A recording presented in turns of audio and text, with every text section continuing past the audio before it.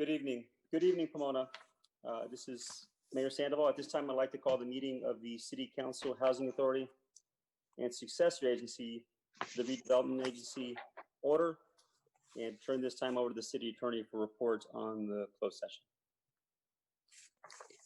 Mayor, council members, and members of the public, we had one closed session item this evening regarding negotiations, but we do not have any reportable action. Okay, thank you. At this time, we will adjourn this meeting to a meeting on Monday, July 20th, 2020, that will take place via teleconference. Closed session items will be discussed at 5:30 p.m. The open session will commence at 7 p.m. On March 16, 2020, the City Council declared a local emergency in response to the global COVID-19 outbreak. Preserving the health and safety of our employees and the public is our top priority. In accordance with California Governor's Executive Order N-25-20 regarding the Brown Act and guidance from the California Department of Public Health on gatherings, this meeting is taking place by teleconference. The council chambers is closed. The public is accessing the meeting via the Pomona Internet streaming channel on the city's website. Council members and I, along with the city manager, the city attorney, city clerk, and executive team are all in different locations. Please bear with us as the technology may disrupt the flow of the meeting. The agenda has been modified to accommodate the needs of a council meeting that is teleconference. At this time, I'd like everyone to please stand for the Pledge of Allegiance.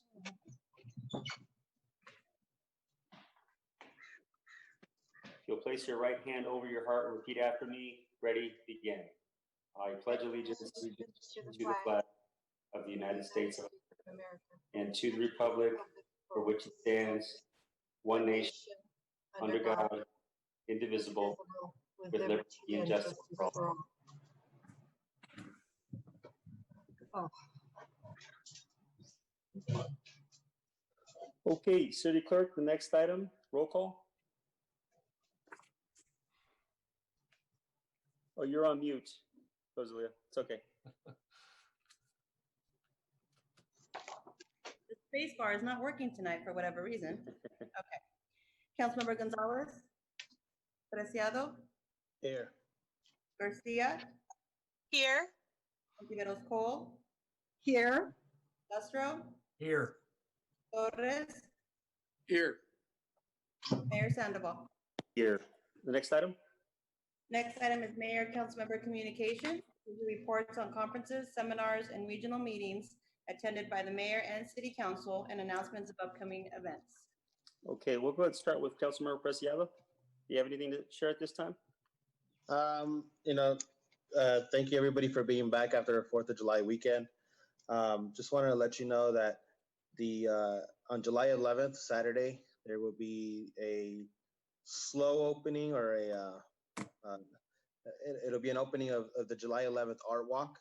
Everything will be with regulations according to LA County Health Department as far as COVID. So if you're planning to attend, please wear your mask and any other regulations. Feel free to go out to, I believe the stores will be open as well, from the Antique Mart, Unhip Hippie, and all the way towards the galleries, all the way on the 500 block.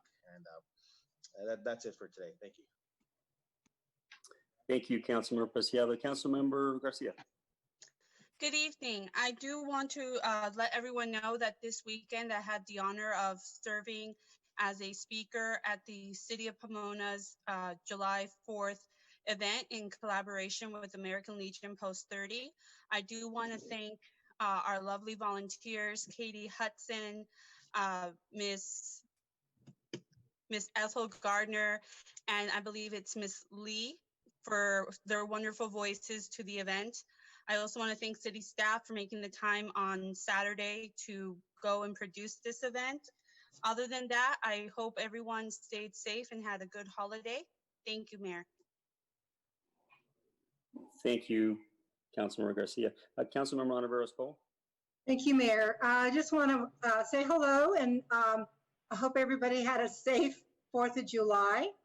And it was really nice to see the Legion 30, the American Legion, being, it was just a wonderful little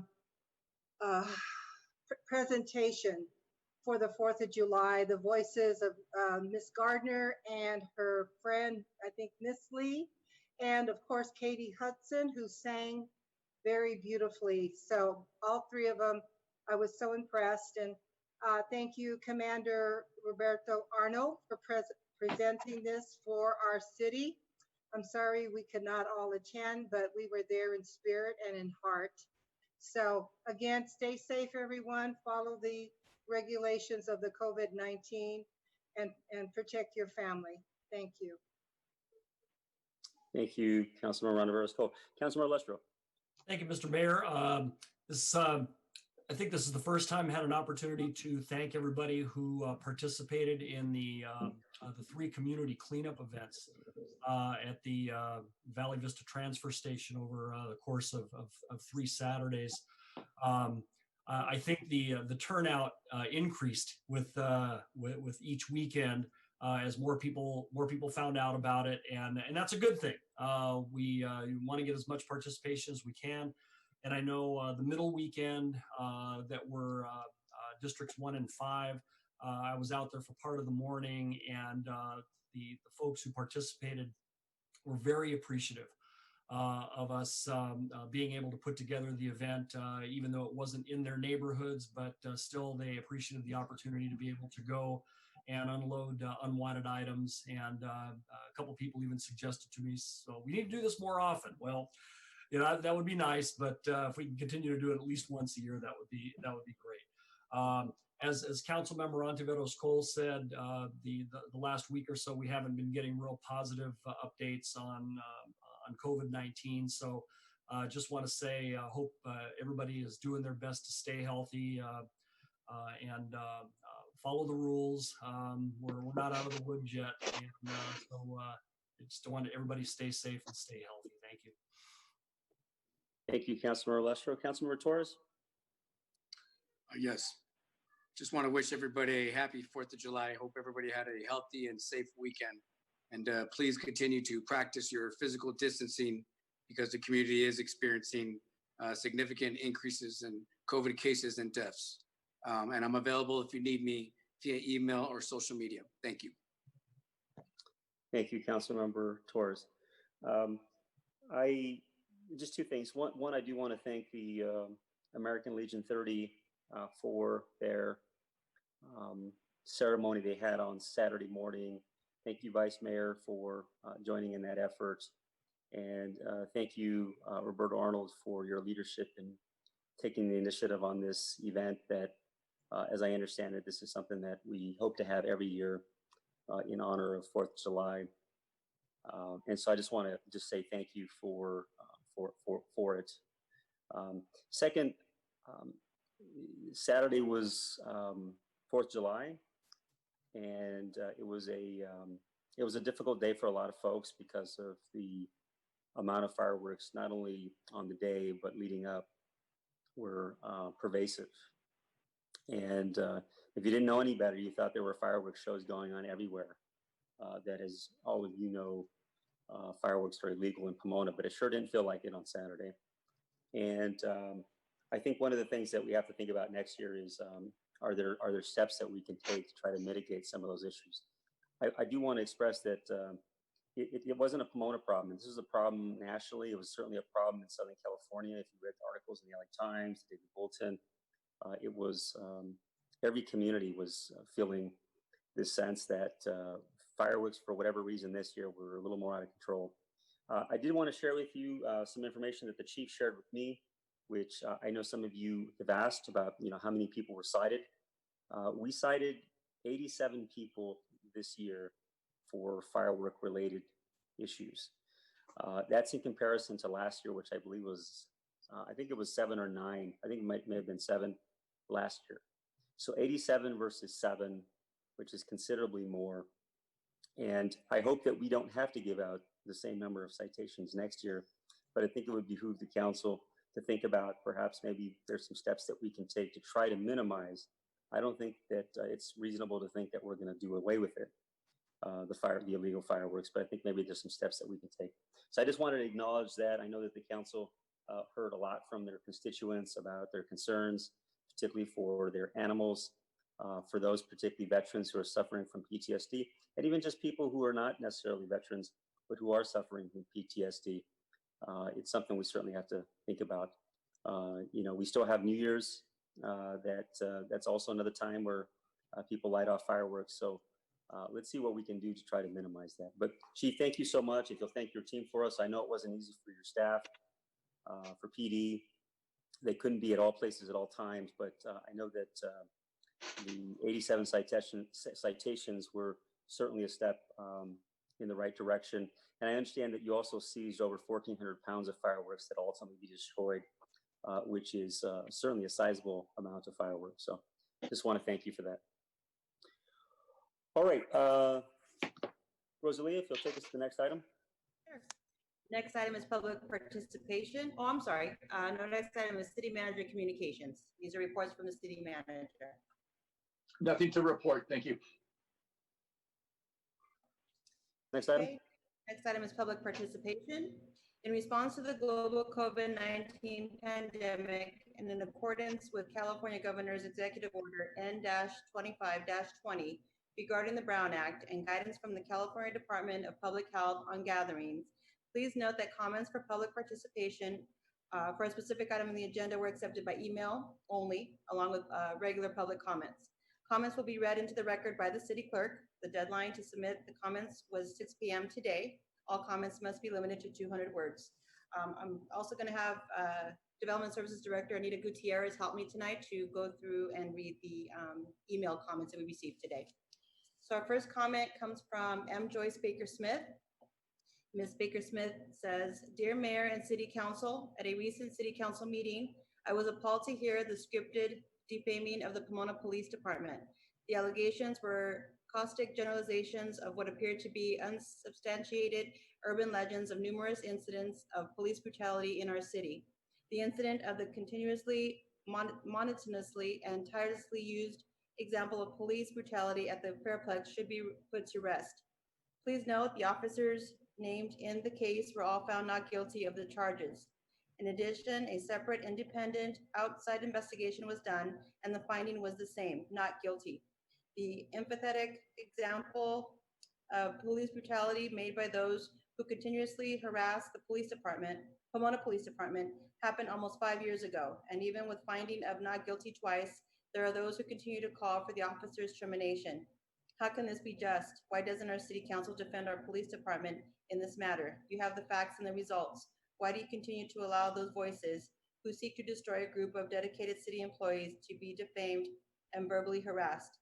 If one really wants to educate oneself about the incident and the trial, simply request the transcripts from the proceedings. Respect for our laws should be applicable to both sides."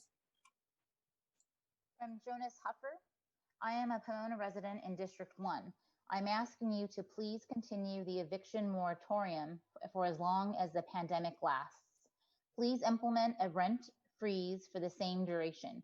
Anything but this is a concerted effort to put the health of our working citizens at risk. Defund the police. The following individuals submitted the following comment below.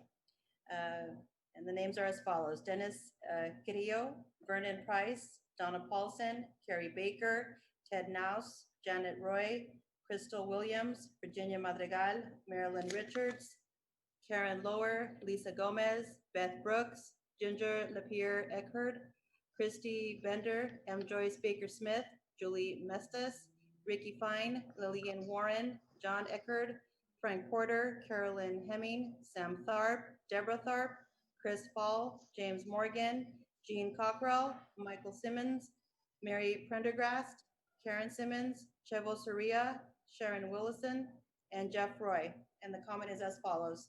Dear Mayor, Rosalia, Yes. before you start, I know M. Joyce gave her 3 minutes, and I just want to ask the city attorney, I know her name was read a second time.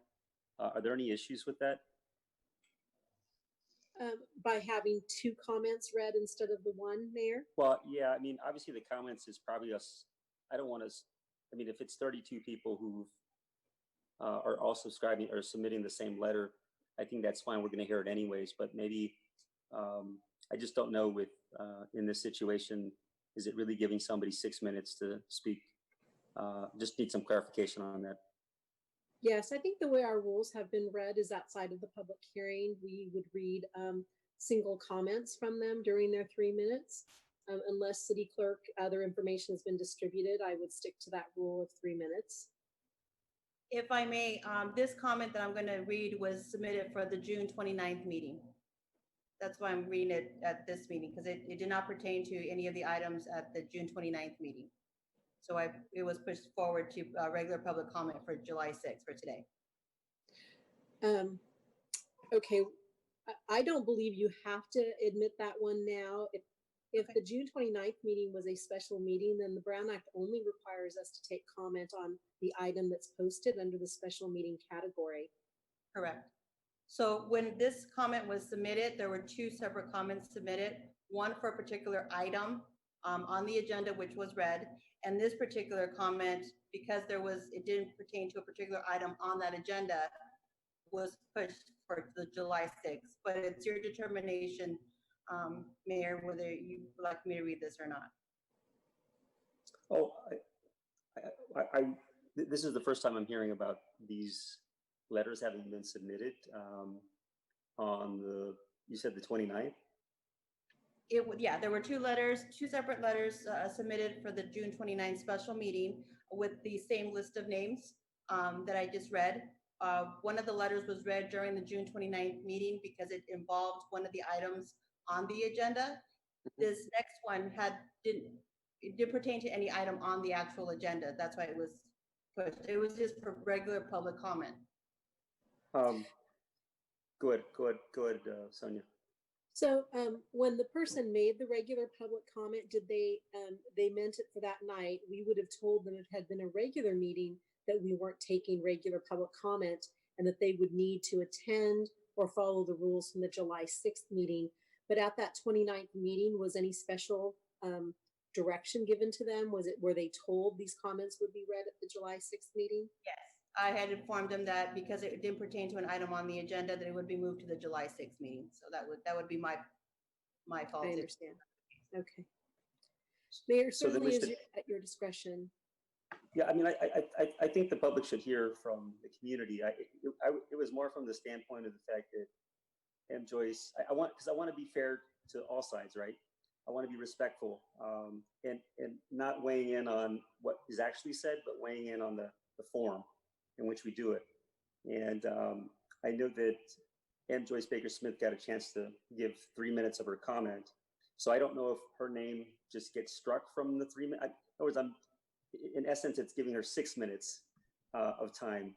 But this is a little unique in that there's 32 other people who want to sort of express the same point. So I'm okay with you just reading whatever it is that they want to say without placing any judgment on what's being said.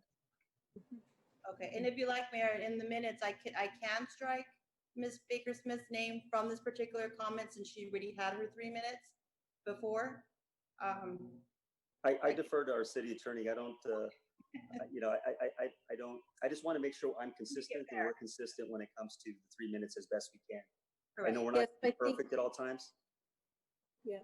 So I think what we're learning here this evening is that some representation was made at the June meeting to allow what would have otherwise been prohibited comments to be made this evening. I think if the council wants to hear them, we should not strike names and just leave them in there with the understanding that some representation was made to them. I think that's fine. Yeah. Okay. Sorry for the delay. All right. I'll turn it back to Rosalia. My apologies. No worries. Okay. Comment is as follows. Dear Mayor and members of the Pomona City Council, we the undersigned do not believe that there is a need for a police oversight commission in the city of Pomona. We have confidence in our current police administration. The current attitude against law enforcement is not shared by everyone who lives and works in Pomona. We do not agree with the organizers of Post that there is a problem with our city leadership. Continuing this debate is a waste of everyone's time. It's time to move on. From David Ortega, Dear City Council, as a lifelong Pomona resident, alumni of PUSD, and former educator at PUSD, I ask that you think deeply about your citizens and extend the eviction moratorium to 12 months. Place a rent freeze for 12 months and extend the rent repayment period to 12 months. The city is made up of working class people, and to fail to meet these demands means you are directly harming the people you claim to represent. People have lost jobs, income, family members, and they can't afford to lose housing. You have the power to help your city, and failure to do so would leave your hands stained with their pain. In addition, I ask that you defund the police and allocate funds to mental health workers, housing, houseless, and the Black population of Pomona. Think about your most vulnerable citizens, not your reelection, or the overfunded police force, or the landlords that you're continually try to please. We will not forget what you do in these times, that people need leaders that stand in solidarity with them, and we will not forget what you fail to do. We will continue to protest, to organize, and overwhelm you. Next comment is from Nee Clement, Mayor Sandoval, and esteemed council members. I want to express my heartfelt gratitude and support for our law enforcement officers who work so hard to keep our city and our residents safe.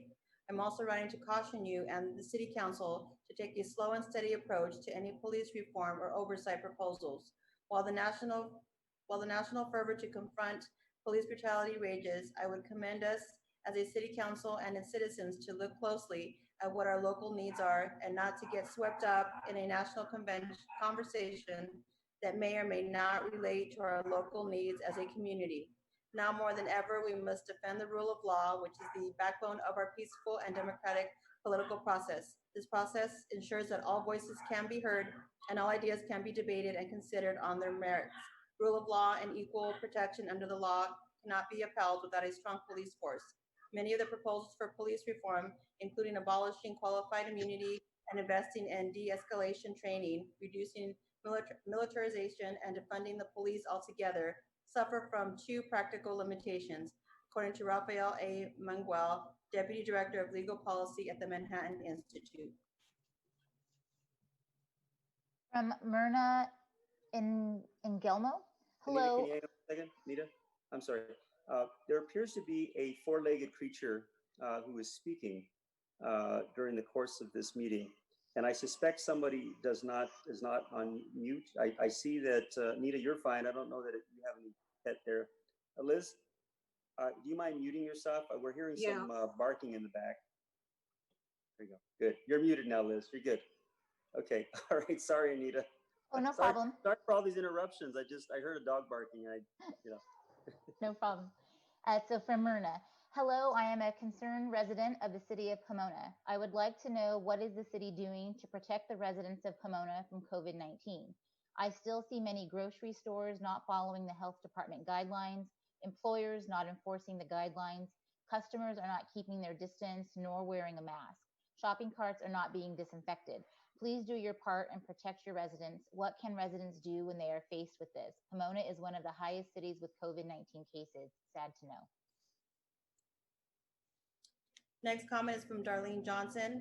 Good evening, Mayor and City Council. This July 4th was a time for food, folks, and fun. Obviously, with the restrictions, it was not business or family gathering as usual. But remembering the history of independence and traditional celebrating was not to be taken away, at least not at the Johnson barbecue. My concern issue was the illegal fireworks, which started going off after Mother's Day and continued past July 4th. Even with lawn signs and the PD being called out and issuing citations, it was to no avail. I think it was the worst I have ever witnessed. Car alarms were going off, windows shaking, dogs barking, and I am not exaggerating when I say it sounded like a war zone. I pray that no one was injured or property was damaged. I don't know how we will ever get this under control, especially with our limited officers, who I am sure have bigger concerns. I want to thank the Pomona officers who did respond, especially in this day and age where every move they make can be misinterpreted. Thank you for being out there. I do think canceling the Kaboom at Fairplex made it worse. Could we not have still had a show? Those who wanted to go stay in their car and watch from afar? From Daniel Cruz. I do not believe that we are all in this together. The peace officers unions are in it for themselves. Unions protect bad members. Most government people are in unions. Teachers are in unions. Many council persons are bought and paid for by the contributions and endorsements of unions, and their votes reflect that. I ran out of town because a mayor sold her soul to her supporters. Unions got elected officials to give members excessive pay so that they can pay dues to buy more favoritism. Do not defund the police, but please prevent the police unions from dividing our country. It was never going to work when they consider cannabis workers as essential after calling us drug dealers and criminals. It's the same people. Everyone should have stayed home. Now many more are going to die. When it was medical and not for profit, they shut them down. Now it's taxed, so it's essential. They asked me to stay home, yet they let large groups assemble without social distancing. Government workers are good for nothing liars and cheats. Do not let them do to you what they did to me. Give me my licenses. Do what's right. John Mendoza. Good evening, Pomona City Council members and Mayor. My name is John Mendoza and I live in North Pomona, District 6. I'm a Vehicle Parking Commission member and Water Board member. We are entering the election season and I want to share a concern. Recently, I came across a website of a candidate running for a congressional seat representing Pomona.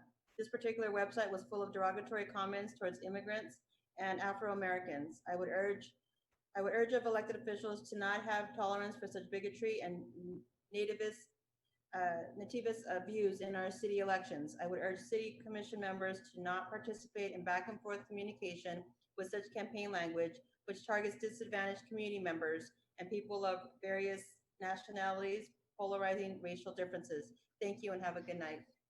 From Tony Navarro, the Health and Wellness Subcommittee is charged with recognizing and addressing the overall health, including mental health issues and needs arising as a result of the COVID-19 pandemic. July is nationally recognized as Minority Mental Health Month and was created to bring awareness to the unique struggles that underrepresented groups face in regard to mental health issues. In the last decade, serious mental illness among Asian Pacific Islander American and Latinx adults and Black Americans of all ages increased, and Black American teenagers are now 50% more likely than white teenagers to attempt suicide. Racism, social injustice, and poor treatment access contribute to poor mental health outcomes, including suicide among racial, ethnic, and minority populations. Now the COVID-19 pandemic is further and disproportionately impacting the mental health and overall health and wellness of communities of color due in part to long-standing health, economic, and educational disparities, and because their members represent a significant portion of the essential services workforce. The Health and Wellness Subcommittee supports a call to action to start now. Minority Mental Health Month for all of Pomona to get informed, spread awareness, and proactively promote ways to counter the growing mental health impact of COVID-19. Next comment is from Remy Hundal. This is Remy Hundal, Director of Mental Health Services Act and Ethnic Services at Tri-City Mental Health. Tri-City is celebrating Minor Mental Health Awareness Month and will be hosting a number of free webinars for the community on topics such as dual recovery, minority mental health, how people deal with mental health in different cultures, and more. For a complete list of upcoming webinars or to view past recordings, please visit our website at www.tricitymhs.org and look for community mental health trainings. From Joe. Good evening, Mayor and Council. It would be helpful if the Mayor or City Council will consider providing periodic updates to residents about the lack of representation in District 1. Trust and transparency is very important to residents. We only see one council member who is vocal on social media about concerns, so please come together to advocate for District 1. Also, can the city consider having another cleanup and free bulky disposal event soon? These events are very beneficial to clean our community. Thank you. Next comment is from Hanan Jabani. My name is Hanan Jabani and I'm a mentor at Just For Us for Youth. I will be representing them at all city council meetings. Number one, Just Us for Youth is offering free showers, toiletries, and $5 fast food gift cards while supplies last for homeless youth. This support occurs every Monday from 9 a.m. to 3 p.m. Contact info@ju4y.org for more information or to make a donation to support this effort. Youth who are in need of a mentor to talk to can book an appointment with our mentors beginning June 8th for the summer season at our website at ju4y.org. JU4Y is looking for housing partners during this crisis who may have a room for rent for discount. please contact our director, Eric Vasquez, at eric@ju4y.org for more information. And number 4, JU4Y would like to thank our community and city leadership for supporting our youth and their needs during this pandemic and unrest. From Emily Miranda, community has asked city officials to take steps to end the over-policing of our community. DPOA should invest in giving back to the community rather than policing it. With the money they want for policing, they can help create housing, substance abuse services, counseling services. Investing in the community means that everyone in community is thriving, not just owners. Next comment from Orlando Pulido. Hello, Mayor Tim Sandoval and council members. My name is Orlando Arias Pulido, and I'm a proud Pomona resident, born and raised. How come the police budget gets increased by millions when other areas of the budget get only increased by thousands? We need the city to listen to the people of color and the youth because we are the future of the city. How come the city doesn't invest to improve our Pomona parks and also having nearby community resources, for example, a food bank for the poor and underserved communities, also by eliminating SRO from school because it makes feel uncomfortable having to see one of my classmates getting escorted out of my class because he needs to get mentored. All I asked is to defund the police and invest in communities that would benefit from programs and resources. From Danny McColgan, could the public be presented a record of the number of citations were issued the evening of July 4th by the Chief of Police? It could be tonight or the next council meeting on July 16th. It's only fair for the amount we pay to the department that we can have some transparency and accountability on behalf of the citizens. Myself and numerous citizens called in locations on the 4th of July for enforcement, yet in my case, the officers never showed up for an obvious fireworks citation on Altura Court north of the 10 freeway. Chairs were placed in the street so autos couldn't pass.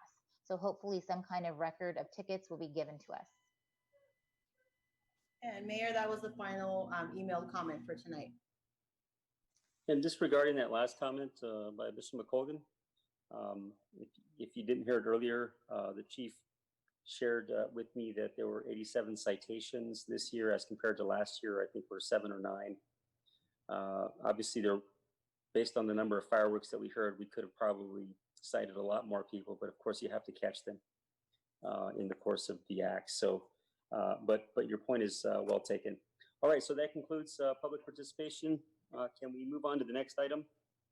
Next item is consent calendar. All matters under the consent calendar may be enacted by a single motion without separate discussion. If discussion or a separate vote on any item is desired by a council member, that item may be removed from the consent calendar and considered separately. All consent items pulled for discussion will be limited to 5 minutes. If they are not enacted upon within 5 minutes, the mayor will move that consent item to the end of the agenda after consideration of the public hearings. Any motion relating to an ordinance or a resolution shall also waive the reading of the ordinance or resolution and include its introduction or adoption as appropriate. And Mayor, we do have 2 comments, both each for items number 4 and 5. Okay, so why don't we pull 4 and 5? And are there any council members that want to pull any of the consent calendar items? Councilmember Elizabeth Honorable. Yes, thank you. Number 7, please. I have a couple of questions. So 4, 5, and 7. Any others from the council? Councilmember Garcia. Move to approve consent calendar minus items 4, 5, and 7. Okay, can I get a second?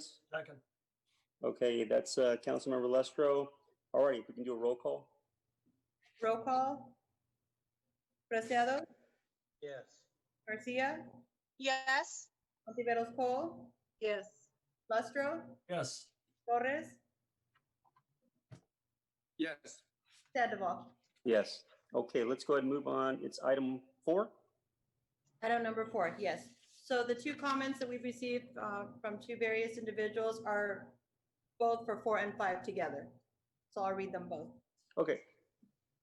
Consent calendar item number 4, which is the approval of an agreement with the Downtown Pomona Owners Association for supplemental police patrols in the Downtown Business Improvement District. And also number 5, approval of the annual report for the Downtown Pomona Property and Business Improvement District, or PBID, and levying the assessments for fiscal year 2020 and 2021.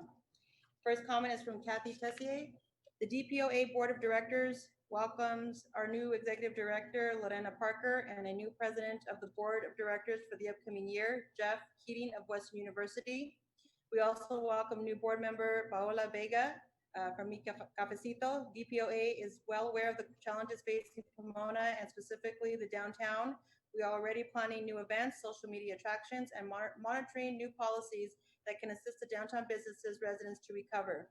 DPOA applauds city leaders for supporting programs and policies to assist Pomona residents and businesses and for looking forward as to how to meet the upcoming challenges. DPOA greatly appreciates the city's movement in and support of the partnership. Item 4 on the agenda tonight being but one example. DPOA also appreciates your consideration and approval of item 5 on the agenda and looks forward to a continued partnership with the city of Pomona. Next comment from Lorena Parker. Good evening, council members. My name is Lorena Parker and I am the executive director of the Downtown Pomona Owners Association, or DPOA. I have been in the position since mid-May. I have been working with business improvements for the past 20 years. Tonight, I would like to express my support for item number 4. It has been a privilege to work with officers Eric Ramirez and Garrett Dulong. They are exemplary officers, and we look forward to working with them in the coming year. I would also like to express my support for item number 5. I would also respectfully request approval of the annual report on tonight's agenda. In the coming year, we will continue to implement the programs and services outlined in our management district plan. Furthermore, we look forward to working with city staff on various projects, including Activate Pomona. We will work tirelessly to help support our local businesses to boost our local economy. And that was the final comment for those 2 items. Okay, thank you, Rosalia. Already, could I have a motion from the council to take both 4 and 5 together? So moved. Okay, can I get a second? Second, Mayor. Okay, I have a second from Councilmember Preciado. Alrighty, if we could do a roll call. Roll call. Preciado. Yes. Garcia. Yes. Ontiveros Cole. Yes. Lustro. Yes. Torres. Yes. And Sandoval. Yes. So we move on to item 7. Sorry. Item number 7 is a temporary approval to allow occasional yard sales on the first weekend of every month until December 2020 due to impacts on families from COVID-19 pandemic. Councilman Rondeveros Cole, you pulled the item? Yeah, I have a couple of questions in regards to this. Okay, this is going to go on the first weekend of every month until December 2020. Now, I'm curious as to where these signs, if they are displaying a garage or a yard sale, because it says it won't be posted on telephone poles, street lights, traffic signs, etc. So would these signs, if you're having a garage sale, be posted in front of your house? Councilmember, the code doesn't allow for posting of signs on public infrastructure, but the action that's being proposed tonight is essentially to cease garage sale enforcement or occasional sale enforcement on these designated weekends. Staff doesn't do, code enforcement staff doesn't do a lot of enforcement on the quarterly yard sale weekends. We do understand there are sign violators, but frankly, the magnitude of sales is just too much to go out there and seeking sign locations where they've been illegally posted. We do follow up when signs remain over the weekend and have code enforcement staff remove those. Well, that's the thing. I was hoping that, maybe we could, if you're doing a garage sale, to have your address on it. So people are aware that we're aware that they're posting these yard sales, because after a certain time, they're still taped, they're still tied and everything on different poles and different types of areas. And I pull them down because it's several days later and it really looks bad. So is there any way we can, have them put their address and kind of have an arrow going in one direction, so people know, and then we know exactly where that sign was coming from? Because I really don't want to see that.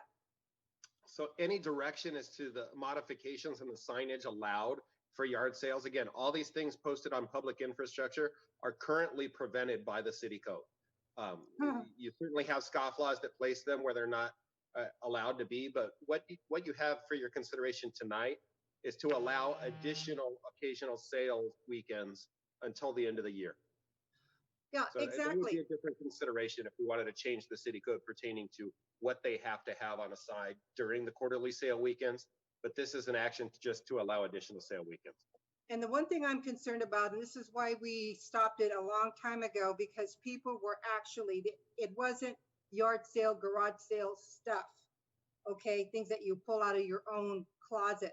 What we were seeing was businesses, actual things that were being sold, like stereos and shoes and things like that.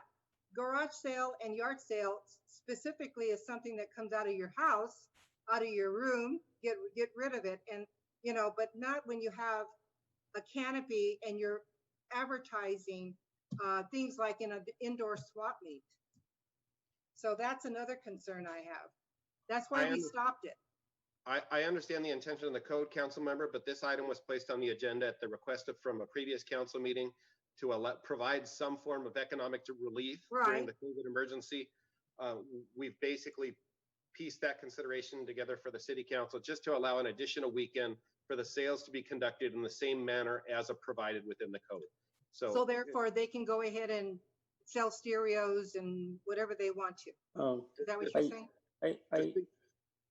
I was the one that asked that this be placed on the agenda, and it was really intended to help people during a time of need.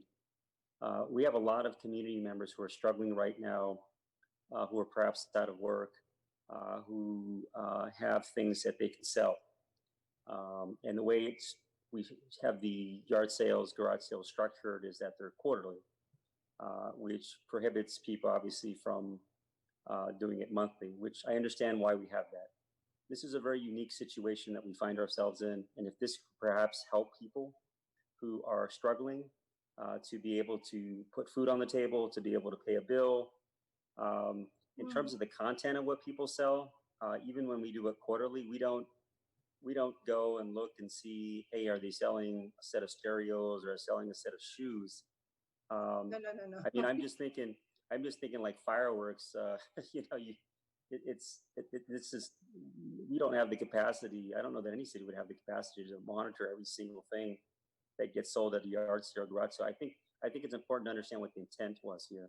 And the intent was to help people, and it was to help people who are struggling. So unless there's any other comment from the council, I'd like to go ahead and move the item if I can get a second. Second, Mayor. Okay, if we can do a roll call. Roll call, Preciado, Yes. Garcia, Yes. Ontiveros Cole, Reluctantly, yes. Lustro, Yes. Torres, Yes. Sandoval. Yes. Okay, thank you. Let's go ahead and move off the consent calendar items and move on to item number 8, discussion calendar. Discussion item number 8 is the finding of public benefit to the community at large, recommended expenditures and recap of funds. Okay, can I get a motion from the council? So moved. Okay, can I get a second? Second, Mayor. Okay, thank you. And if we could do a roll call? Preciado, Yes. Garcia, Yes. Ontiveros Cole, Yes. Lustro, Yes. Torres, Yes. Sandoval. Yes. Next item? Next item is discussion item number 9 is the adoption of a resolution extending Charter Review Commission and clarifying procedures. Okay. All right. Do we have any speakers on this item? Any comments that were Not, Mayor. submitted? No. Okay. And do we have a staff presentation on this? If you'd Just like, I highlighting may, key points?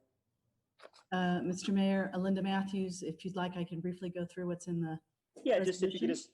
if you could just highlight some key points, and then we can open up to the council, and then we can go from there. Okay.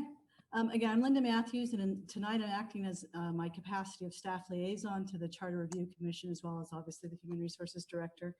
And what is before you is a request by the Charter Review Commission and a recommendation by staff to extend the term of the Charter Review Commission.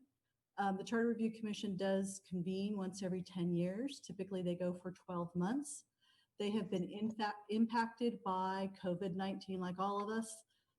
They had to cancel the meetings in March and April. They resumed again in May, but just under the conditions we're working on, they just need a little bit more time. So one part of the resolution is to extend the term of the Charter Review Commission through June 30th, 2021, that they can work up until that time.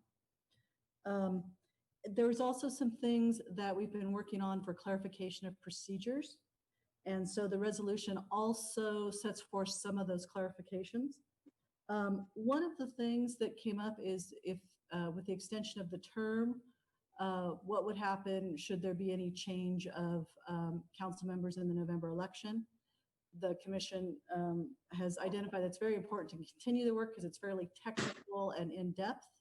And so one of the things the resolution does says that a commissioner will not be removed except if there's a recommendation of the majority of the Charter Review Commission and then a 5/7 vote of council. So that ensures some consistency. It will also clarifies that the Charter Review Commission may place items on one election, but they can split the items up. So if they wanted to have one item be voted on the members and or multiple items be voted separately by the voters, they have the ability to do that. It also clarifies that the Charter Review Commission is the final authority. There was some lack of clarity whether or not the council could direct the Charter Commission to do it like an advisory. In reading the charter, it just clarifies that the commission is designed to be the final proposer for anything they put on the ballot. As a separate note, the council can put items on the ballot as well related to the charter, totally separate process. And then it goes through some procedural issues on placing the items on the ballot. So that is the resolution before you, and it is recommended for your approval. Thank you, Linda. Let's go ahead and start with Councilmember Preciado, and we'll work our way down. I don't have any comments. Thank you. Thank you. Councilmember Garcia? I think my only comment is how was the June 30th, 2021 date chosen? I believe that it had been recommended that it be extended another year. Is that just to coincide with when things need to be approved and on the ballot, or could there have some clarification about that? That choice was put before the Charter Review Commission. They had quite a bit of discussion. Some members wanting only 2 or 3 months, so it didn't extend past. Some proposing the year, and they eventually compromised on June 30th. And that was something that was voted upon the majority of the commission, and that was the direction we followed. Okay. Thank you very much. Councilmember Ana Rose Cole? You're on mute. You're on mute, Liz. Just to say that I'm very happy that we've decided to do this. It was overdue, and that's my only comment. Thank you. Councilmember Lestro? And I would just say it makes perfect sense to increase their time by 6 months. They've been thrown a curve just like the rest of us have. However, their original charge was to get everything done by the end of this year, so it made it even tougher for them. So I'm supportive of that, and also I think it's important, as Linda was mentioning, that irrespective of what happens in the November election this year, that the makeup of the Charter Review Commission stays the same to maintain continuity. Thank you. Thank you, Councilmember Lestro. Councilmember Torres? Yes. I have a lot of concerns. First things first, the charter, so regular residents can know, the charter is a very important part to our city's government. It was voted in by the people, and it's voted in every 10 years, okay? And the fact that this commission or the city staff or both have not been able to get the city business done is very concerning to me.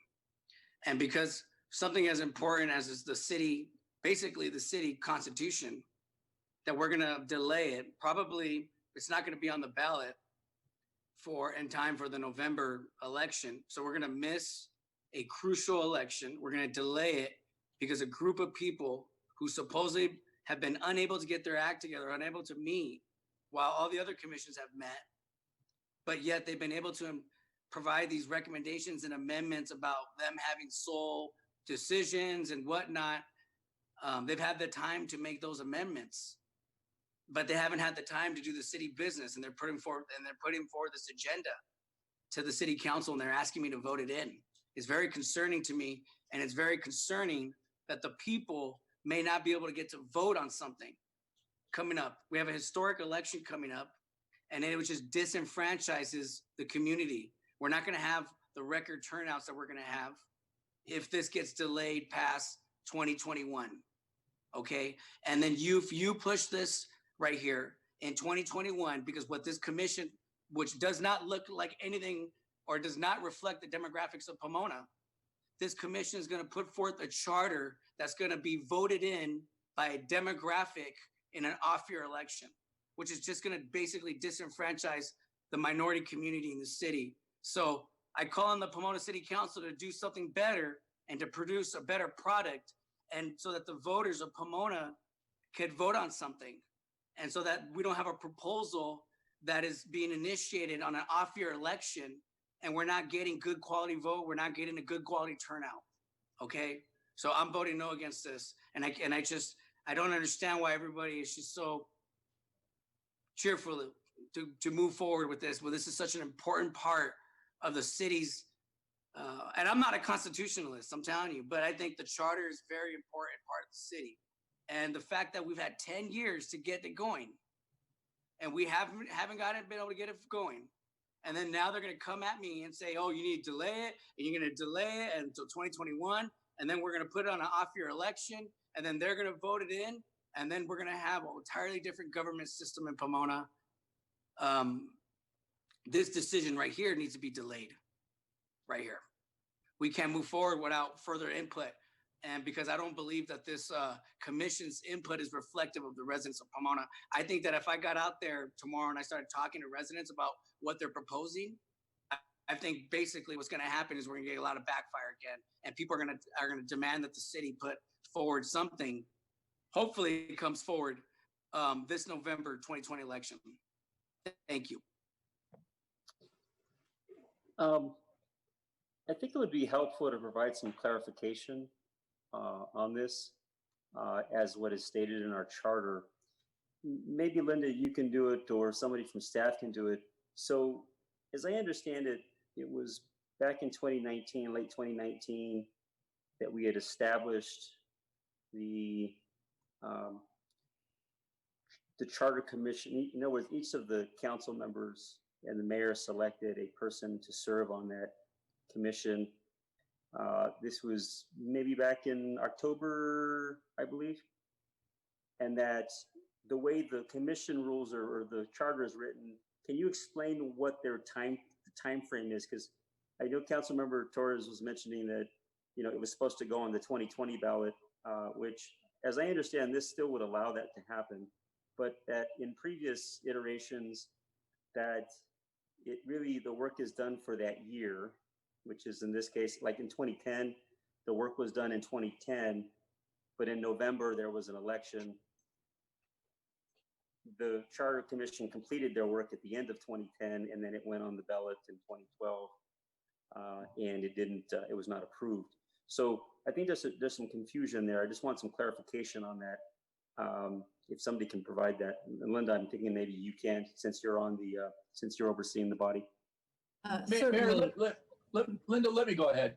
Okay. Mayor, I think the issue is that, in our legal review of the city charter and what the commission can do is that they have one shot to put something on the ballot within 12 months within formation of their commission. And in the interest of transparency, we're asking to give them an extended time period to involve the public to a greater extent, to make sure that the public can participate in the process and have their concerns addressed. The commission's been meeting, but it's been difficult to get the input of the public during this COVID-19 issue. So, we could do something for the 2020 ballot, but it would be incomplete. And our interpretation of the charter is they only have one opportunity to put something on the ballot every 10 years. Sonia, you want to speak? Yeah, if I may, James, as city manager, and for you, mayor, and the council members, I do want to clarify a couple points because I think it's very important. What was stated is that our charter is like the city's constitution, and I absolutely agree with that. But I do think it's important to make sure we don't misconstrue what's happening. Councilmember Torres, you had mentioned that this charter gets voted on every 10 years. And just in terms of accuracy, that's not true. What is getting voted on are any potential amendments. So your constitution, the charter, stays in place. It remains in place. But your charter, when it was adopted back in 2010, said that every 10 years, the council would appoint this commission, and the commission would propose amendments to the charter. So it doesn't leave you unprotected. I just want to make sure you realize that. So what they're doing is they are charged under the charter to come up with any proposed amendments to the charter. With respect to the date of June of 2021, I don't know what you mean by off your election, but the election would occur in November of 2022. And I'm looking at Linda just to confirm that. So it's not, it happens again when members of your city council are elected. So I think those are two clarification points that are important for the public to know. It's the timing when they make their proposals in June of 2021, but it is not going to be a quote off your election. It will happen when members of the city council are elected. I think that's important to note. I'm sorry. Okay. Yeah, I was going to thank you, Councilmember Torres. Thank you, James, and thank you, Sonia. Yeah, I think one of the main points that really is reflected in this item, this agenda item, is that nobody could have predicted COVID-19 back in October and the manner in which it's impacted the world, and certainly how it's impacted Pomona. And so I know that the Charter Commission has some ideas about things that they would like to see put before the voters.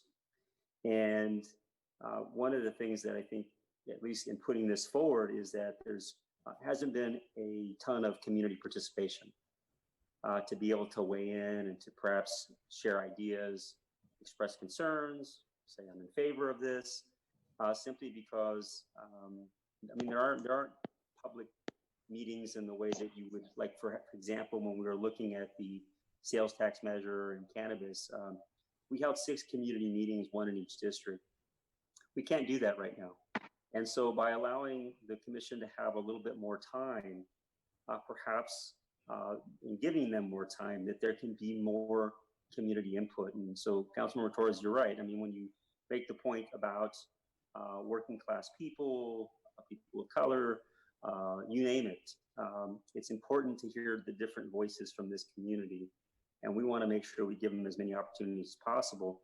And that should the commission come up with a set of amendments they'd like to make, one of the concerns that was expressed back in 2010 is that they all had to be bundled together as opposed to being able to vote on those each of those separately.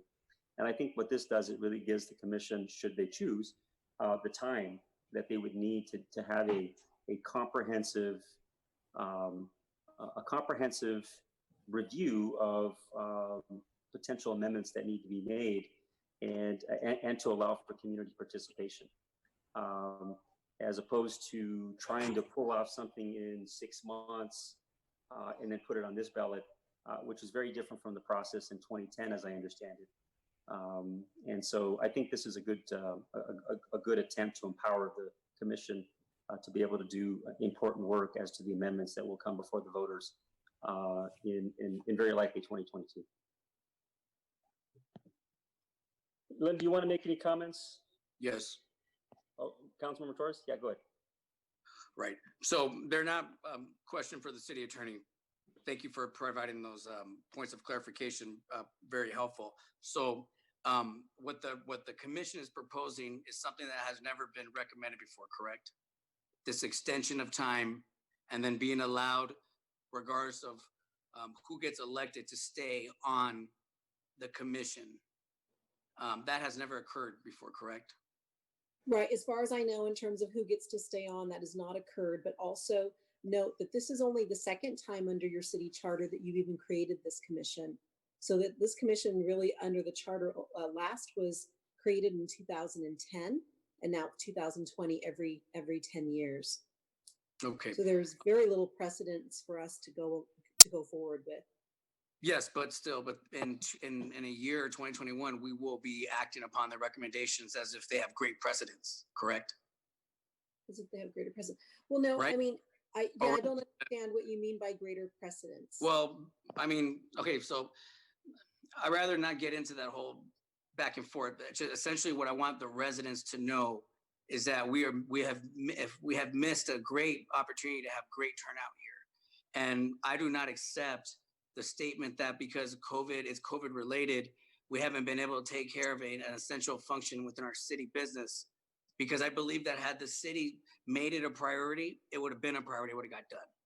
But because, and I won't continue on, but we'll elaborate in the future about what I believe the motive is. And we need to look at the minutes of what this commission is saying, what they're proposing, and we got to look at, those amendments that they're planning on. So I'm just voting no because I don't accept it that, oh, the COVID has impacted, regardless of what every other commission has been able to meet. And it's just, I don't agree. Okay, thank you. Does any of the council members want to comment again on this matter? I'm not seeing any hands. Okay, yeah, no, thank you, Councilmember Torres, for weighing in. I think that, again, it's, the only precedent we have, if I'm not mistaken, is that the precedent is of 2010. And correct me if I'm wrong, Sonia or Linda or James, is that commission had 12 months to produce a set of recommendations, and with the idea that would go on the 2012 ballot. It was not, in other words, the commission wasn't created for 6 months, and in those 6 months, they were supposed to do everything to produce a set of amendments for 2010 versus 2012. And so I think that's the only precedent that we have. Am I not mistaken in that? Right. I mean, I think if you read the charter explicitly, this commission was to work for 12 months. So as you mentioned, they've only been working since January.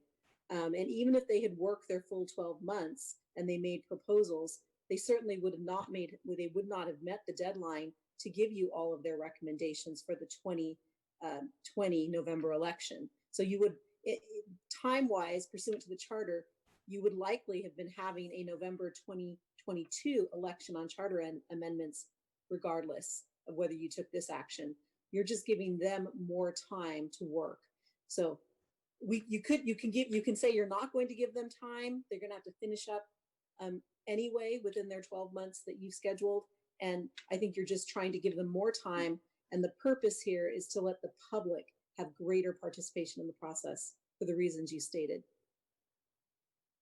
Right. And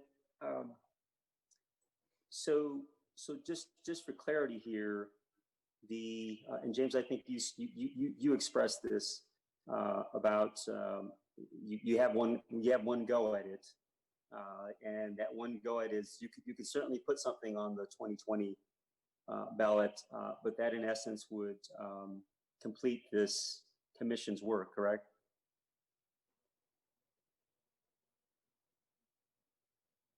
Yes, James? I think that's part.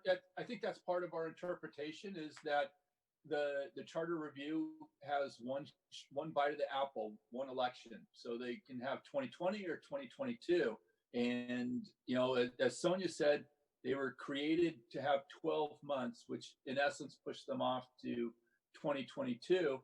And there was no time to get anything substantive with public input before the 2020 ballot.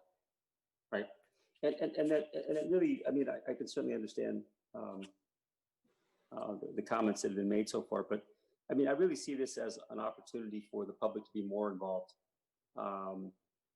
Just given the limitations of how the community participates in these types of meetings that we have. That's not to say that there hasn't been any community participation. I believe there has, and Linda, you can speak to that better than I can.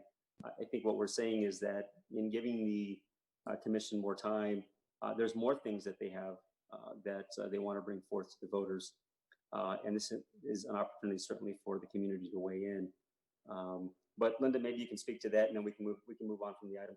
Sure. And one thing that I think may be important to know is for a charter amendment, the deadline for council to call for the election is July 31st. And so really your next regular meeting is July 20th would be the last day to call for the election for anything November 2020. So as the city attorney and city manager mentioned, that certainly as I went into this initially, I had laid out a 12-month with the idea of November 2022. And the public participation, we have allowed the community members to participate in the meetings, absolutely, like any other commission. But I think part of it is during March and April, it was very difficult to focus on anything other than COVID-19. Just I don't think that people were even interested in engaging, and certainly we did cancel the meetings. Since then, there has been public participation, but there is a lot of work to do.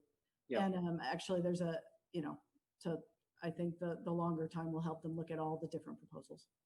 Yeah, and I think, if I remember back to that October meeting, because it was certainly brought to my attention, but I remember speaking about how it would have been great to have some amendments that we could have made for 2010. In other words, if we had met that July 30th or 31st deadline, and then perhaps have more amendments in 2022. It sounds like there's a different interpretation of that legally.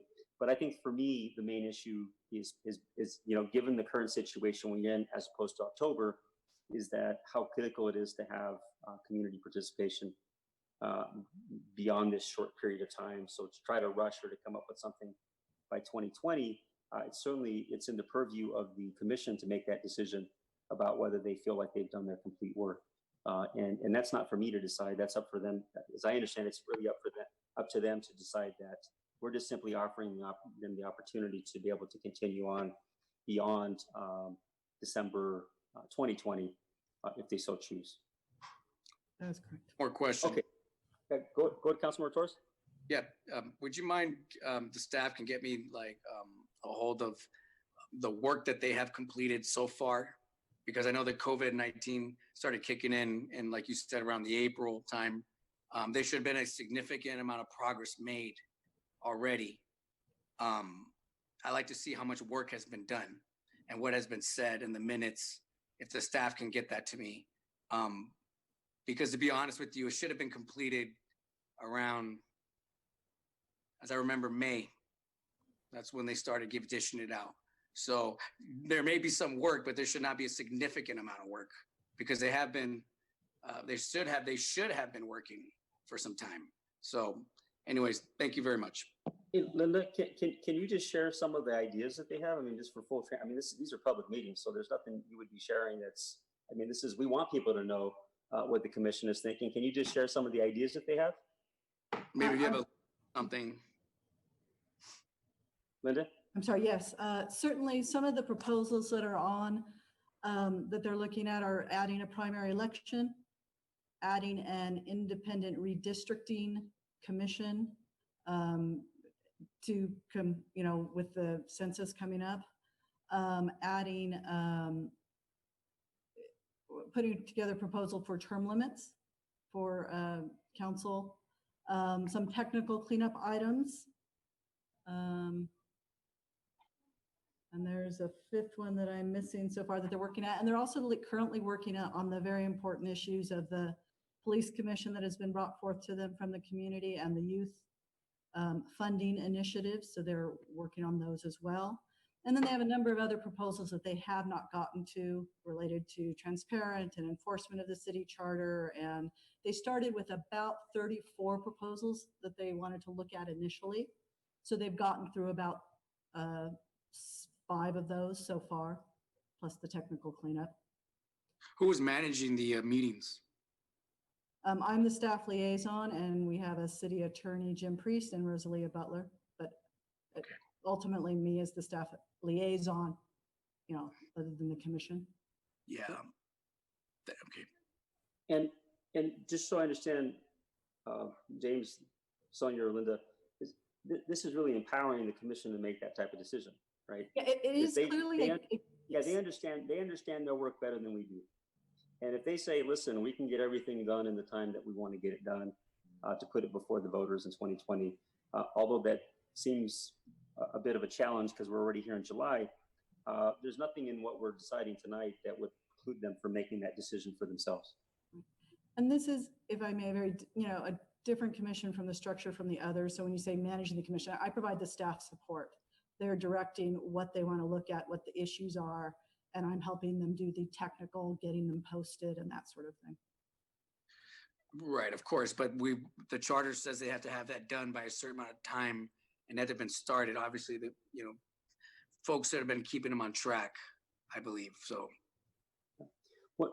one thing I will say, and this may speak to you, Councilmember Torres, is I think the idea of starting the commission in January and then going 12 months and then not having an election till a year and 11 months later doesn't make a ton of sense. And so I think, Yolanda, you can probably speak to this better than I can, is that the idea would be to start the process earlier. Let's say when we think about 2030, is rather than starting January of 2030 to get something on the election for 2032, is why not start in 2029, do all the work that you need to do so that in 2030 it actually goes on that ballot. Yeah, because Mr. Mayor. The voters asked for it to be done. They voted that in. And I know that some things may not make sense to us as elected officials, but because they've been voted on by the people, that's why. Right. So that's what the voters would, that could be something. Well, the voters would have to vote on what you're saying. Absolutely. Absolutely. And so that's something that the Charter Commission could bring forward. I'm just sharing. Hang on. I'm sorry. Hang on. I'm just sharing that the way that this was set up for this round, right, which is it's patterned after 2010, and that's fine. The voters have a right to do that. Is that the commission has till January 2020, till the end of January 2020, to come up with all the proposal amendments that they would like, with the idea that it would be on the ballot in 2022. And I should add that the last amendment I couldn't remember was on the Charter Review Commission and trying to address some of those timing issues that we're discovering this year, among other issues. It's something else they're working on. Okay. All right. So we have this item before us. Could I, any of the comments from the council? I think we've spoken on this more than perhaps we intended, but any, Mayor? can I get yes, Councilmember Garcia. Hello, Mayor. Councilmember Sarah, forgive me. Go ahead. That's fine. Thank you, Mayor. I just wanted to thank all of our commissioners at this time for their volunteer work for the city of Pomona. Items like this make it feel like we don't appreciate our commissioners and the long hours they put in. But I just want to publicly thank all of our commissioners across all of our commissions for everything they do. No one could have predicted this, and they've stepped up to the plate by attending Zoom meetings, by meeting with council members 6 feet apart, by meeting with community members 6 feet apart, by trying to arrange things as best they can to fulfill their obligation and duty to our city, and again, on their own time, on their own dime, and because of their love for our city and their belief in our progress. So I just want to thank our commissioners and let them know that their work is appreciated. Councilmember Garcia, is that a motion? Sure, I'll move to approve. Okay, can I get a second? Second. Okay, if we'll do roll call. Roll call, Preciado, Yes. Garcia, Yes. Ontiveros Cole,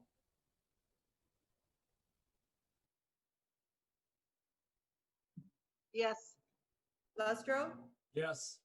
Torres, No. Sandoval. Yes. Motion passes. Okay, we can move on to the next item. Next item is item number 10, is the adoption of a resolution approving the form and authorize the execution of an official statement and continuing disclosure certificate relating to the issuance of pension obligation bonds, approving additional actions related thereto. Okay, I'm sure we have a presentation. I know we have some of our, the team that's been working on this. Rosalia, do we have any speakers on this item? We do not, Mayor. Okay, all right. So, Andrew, why don't I turn it over to you, and then you can go ahead and introduce the team that will be presenting. And is there a formal presentation that we'll be able to see on our Zoom call? Yes, yes. Okay, great. So I turn it over to you, Andrew. Thank you. All right. Good evening, Honorable Mayor, City Council. Before you tonight is, as stated by the City Clerk, item related to the pension obligation bonds. With us tonight are members of the city's financing team who will give a presentation on this item. At this time, I'd like to turn it over to Mike Bush, the city's financial advisor with Urban Futures, to begin tonight's presentation. Thank you, Andrew. If it's okay with the council, Mr. Mike Mejia is going to share his screen, which contains the presentation. That's fine, Mr. Bush. Thank you.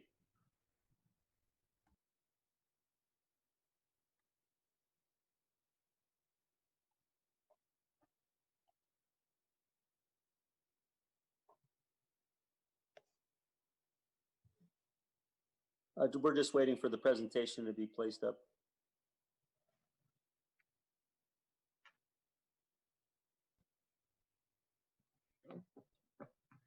There it is. Does everybody have, can everybody see that? Yes. Yes, Mr. Mayor Mejia. Michael? Thank you, Mr. Mejia. Mr. Mayor, members of the City Council, it's a pleasure to be before you again tonight to have a further discussion regarding this item. The presentation is going to be conducted by several of your financing team. I'm going to start us off and I'll close the presentation. John Solarzik and Mike Mejia, the underwriters for the transaction, are going to participate on a few of the slides. In addition to the three of us, Brian Forbath, the city's bond and validation counsel, is also on the call if there are any questions. So with that, Mike, do you mind going to the next slide, please? A little bit about the history of what you're being asked to do tonight. As many of the councilors are aware, and possibly some of the community, we have been studying options to fund the city's unfunded pension liability for about 9 to 10 months now. And the city does have some history in this process. As some of the council is aware, over the years, the city has implemented some pension reform itself by adding second and third tiers to its plans. The second tiers were done administratively by the council through negotiations with labor groups, and then the third tier was accomplished through state mandate through PEPRA. Along the way, the council has issued some pension obligation bonds in the past that are still doing well and have recently, actually, just a few years ago, were restructured to create additional savings for the city for its ongoing obligations. A little bit of update on what we've been able to do. Since that time, we've met with the subcommittee, the council subcommittee. We met on numerous occasions, each time providing a little bit more detail to the committee based on feedback we received from them. From that point, early November, a full presentation was given to the council to address those funding options. We were given direction to come back. It was actually in December that we came back to present those options to the council. The council moved that we come back a third time on January 6th, based on some feedback we received from council that date. to initialize the validation process. At that time, there was no commitment to issue pension obligation bonds, although that's what the validation was certainly for. But this process tonight is really that next step, which would facilitate the issuance of bonds. On January 8th, the validation process was initiated by Mr. Forbat's firm at Straddling. That process took a little bit longer than we anticipated due to COVID-19 impacts on the court process. I'm happy to report that we've completed the process in entirety, including any appeal periods that were available to the public. Tonight, you're being asked to complete that last step, as I mentioned, in that process to consider the issuance of bonds. We're going to go through this presentation, a couple of scenarios for the council's consideration. These scenarios have been given scrutiny by staff and by the finance committee formed with the council members. And I think there's also a third option in here that addresses a request by the mayor back in January. Next slide, please, Mike. I think you might have skipped one. Is there a November one, Mike? Yeah, this is the one. Thank you. So as you recall, council, in November when we presented this item to you, this was the strategy that we had put in place. It was a straightforward refinancing of the city's entire unfunded liability for both miscellaneous and safety plans. It was based on market rates at that time and likely an issuance that would have occurred in June of this year, in early June, actually. So the savings is a little over $90 million with a present value savings of about $65 million. And what we're going to present to you tonight are some options that, based on things that have changed, market timing, COVID-19 impacts on the market, but also on the city's reserves, we think are going to give you a better option while still meeting the same goals and objectives. So as Mike goes through the next slides, I'm going to now turn it over to John Solarzik to go through those options with the council. All right, thank you, Michael. Honorable Mayor, members of the council. So my name is John Solarzik. I'm happy to talk to you again. I'm with RBC Capital Markets, and the man controlling the screen is Michael Mejia with Ramirez and Company. Is also underwriter, so we're co-underwriters on this transaction. And so I will walk us through these next couple of slides, and Michael may have some things to add, or it can also help answer any questions that come up. But adding to what Mr. Bush just said, so scenario one, with this is now just modifying what he just spoke about that was approved by the council in November. We looked at the impact of COVID-19 on the city's finances. We made some adjustments to scenario one to reflect the situation that the city is in now. This scenario is designed to help infuse some cash into the general fund while maintaining the integrity of what the council approved in November. So first off, we moved the semi-annual payment dates. So they're July 1 and January 1. And then since it's currently July 6th, that would mean in this current fiscal year, the city would only have one payment on the bond deal. So that helps push some savings into this year. We also deferred principal amortization by just 1 year. So the first principal payment would be July 1 of 2022, a little less than 2 years from now. Those two adjustments allow us to push about $20 million of savings in total into the next 2 fiscal years. And that's the gray part of the graph that you can see on the left. That's the savings that is in that, thank you, Mike, in the upfront portion that helps to replenish the general fund, which is something that we'll talk about, or Michael Bush will talk about a little bit more on the last slide. We still have a couple of key elements. We're not increasing the maturity of your unfunded liability by any amount, and we're not increasing the payment you're making in any year by any amount. You still have savings in every year until about 2037, at which time the debt service mirrors what you would have been paying on your current unfunded liability. And the further good news is that the interest rates are relatively in the same place they were when you approved this back in November. And so the overall savings, you'll notice, are very similar to what they were approved back in November. So $95 million in total under this scenario, which is on a present value basis, $72 million. But and again, with the key element of some of that savings pushed into the first couple of years to help address the general fund reserves in this COVID time. So let's go, Mr. Mejia, to the next page. So, and through the meetings that we had, we have a couple of other scenarios we wanted to show you. So the next scenario shows the impact of not putting the savings in the front, and this is more of a traditional refunding analysis where we have level savings over the course of the bond issue, and we didn't have any savings up front. The overall savings, which are spread out over 27 years, are actually $9 million higher, and so $103 million in total versus the 94 million on the prior scenario. Now, however, on a present value, the savings here are actually lower, 68 million, let's call it, versus 72. And that just has to do with the timing of the cash flows. Getting the cash up front, on a present value analysis, we assign a higher value to the money getting to the city earlier. And so that's how we reflect present value savings. So it's overall, this is an option that we could do. It doesn't replenish the general fund reserves, but this is provides you level savings versus your unfunded liability. And it's certainly, it's an option that we could go forward with. So then on the next slide, scenario 3, this was another scenario that was asked for us to put together.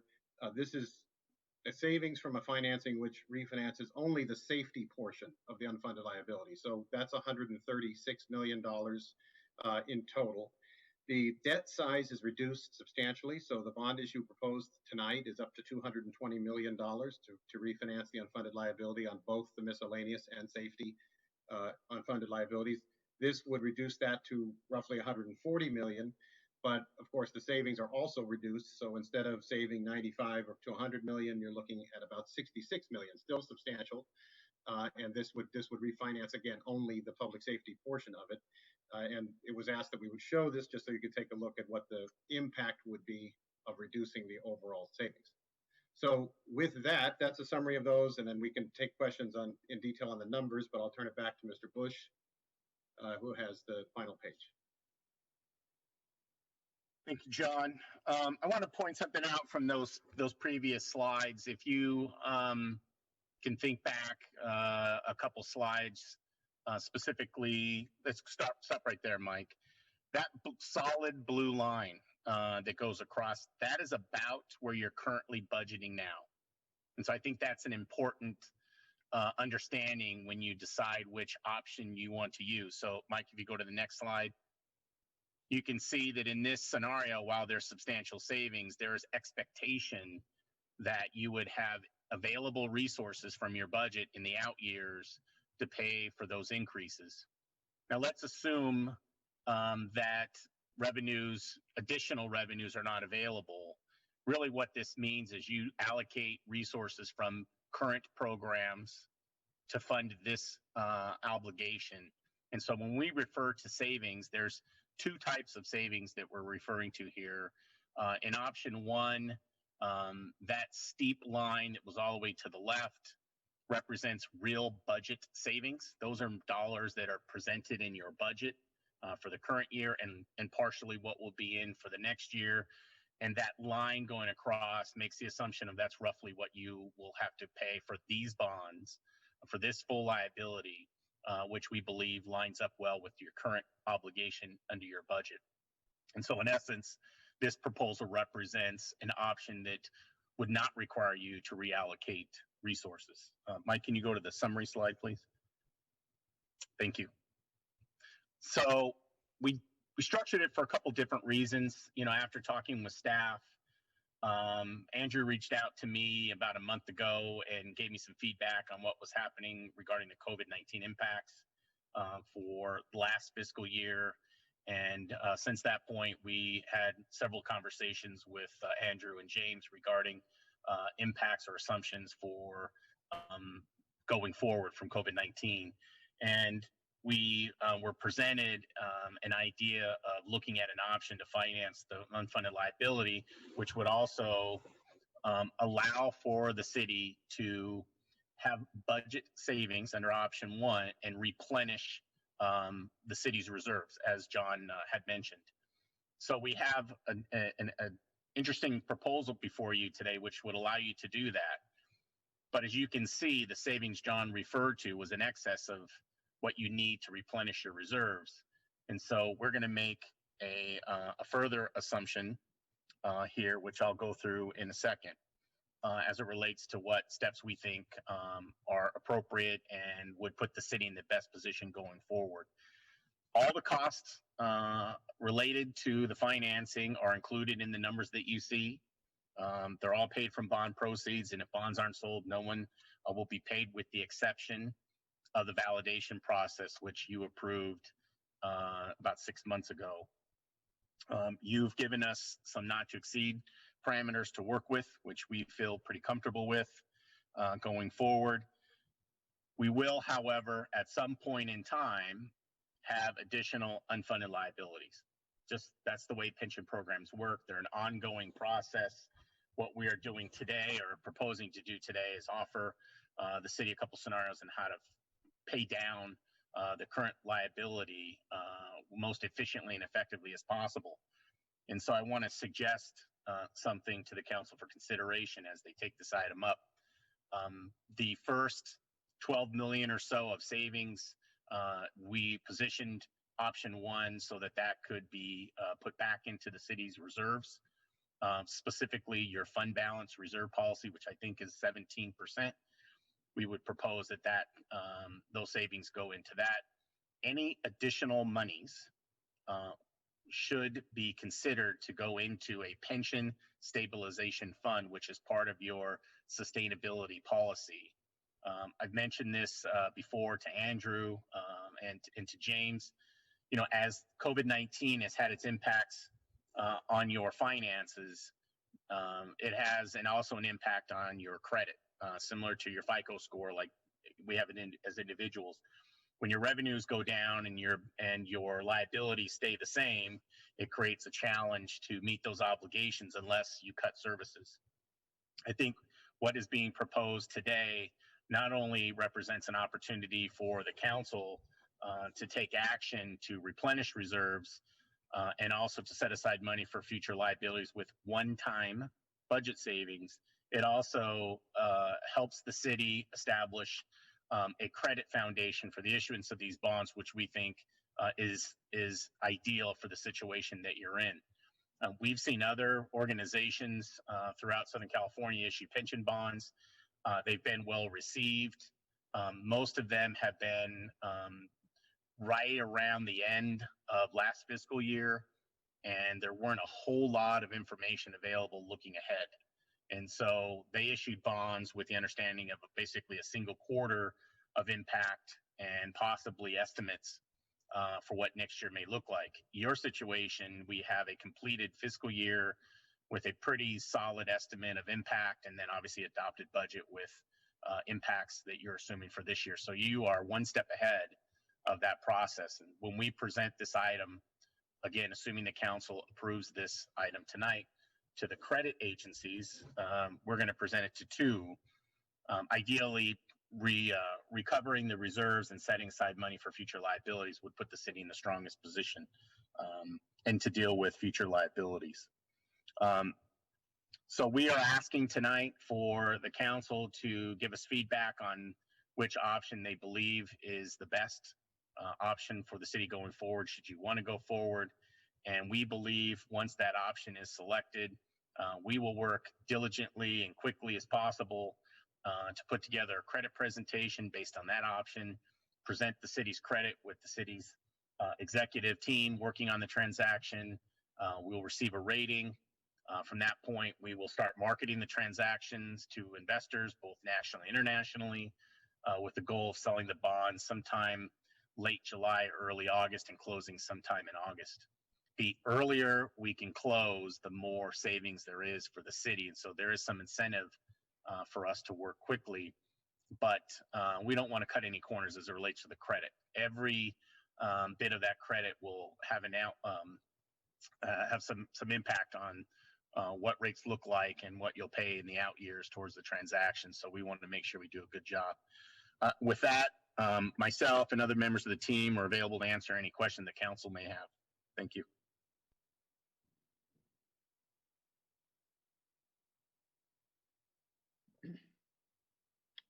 Mayor, I think you're on mute. Thank you. So Is there anyone else from the team that wishes to speak at this time? Okay, I'm not hearing anyone. So let's go to the city council. Let's have the council weigh in. Have any, if the council has questions or comments. Council member Preciado, let's start with you. Yeah, I'd like to first start off by saying thank you to everybody who put in work in getting this together and for sharing the options. I think you make a great recommendation in that the first option presents the best financial stability and presentation to the lenders for these bonds. I do want to state that this when you talk about replenishing our reserves, I'm happy to hear that, and that I want to make sure that we also continue. That by no means it means that we could just start spending in any way that we want. That we continue to be diligent in what we're doing with our budget. So that's all I want to say is thank you, and I'm in agreement with scenario 1. Thank you, Councilmember Preciado. Councilmember Garcia. Thank you, Mayor. I echo Councilmember Preciado's comments. Just because we get a new line of credit doesn't mean that you get to rack up another credit card. This is definitely one of those situations for someone like me who's an English major and not a math major, where you're basically taking a brand new credit card with a lower APR and you're putting the balance transfer of a high APR interest credit card on it so that you save yourself some money in the long run. And so this by no means means that we need to go on a spending spree or act as if we are not in a budget crisis. We need to do this. I appreciate scenario 1 because it allows us the greatest mobility possible. But I agree, we need to be fiscally responsible and cautious with our money and make sure that our city operates accordingly. So I am also in favor of the suggested recommendation. Thank you, Councilmember Garcia. Councilmember Ontiveros-Cole. Yeah, I believe I was on the committee with yourself, Mayor, and with Council Lustro. And, I find this to be a very good way of moving forward. And I also agree with the scenario 1. I'm very cautious with my own money, so I'm extremely cautious with the city of Pomona's money. So I agree with the new scenario 1. Thank you, Councilmember Lustro. Thank you, Mr. Mayor. I too first want to thank the team that put together this very detailed proposal. As Councilmember Ontiveros-Cole mentioned, I was fortunate to be able to sit on the council subcommittee that started reviewing this last fall, and I'll confess that it was for me it was a little bit of a steep learning curve at first. Taking a look at all of the things that went into this, but I felt that after a couple of meetings, I started to have a pretty good grasp on it. I too am supportive of new scenario 1, primarily because of the opportunity to try to get the city's fund balance in a healthy position again. Mike Bush, I appreciate your suggestion of anything above that. I believe it was $12 million, and looking at establishing a pension stabilization policy. I think that, and it's probably an oversimplification, but I think it's kind of creating another rainy day fund, because we know that we're going to have those liabilities, and if we can start to get in front of them now, it's going to help us down the road. The dotted green line in Mike Mejia's presentation, I think, is something that has been scaring a lot of cities for the last several years, and so the opportunity to flatten that out and know what our obligations for the unfunded accrued liabilities are going to be for a period of 15 years or so before it starts to decrease a little bit, I think is a huge advantage for the city of Pomona.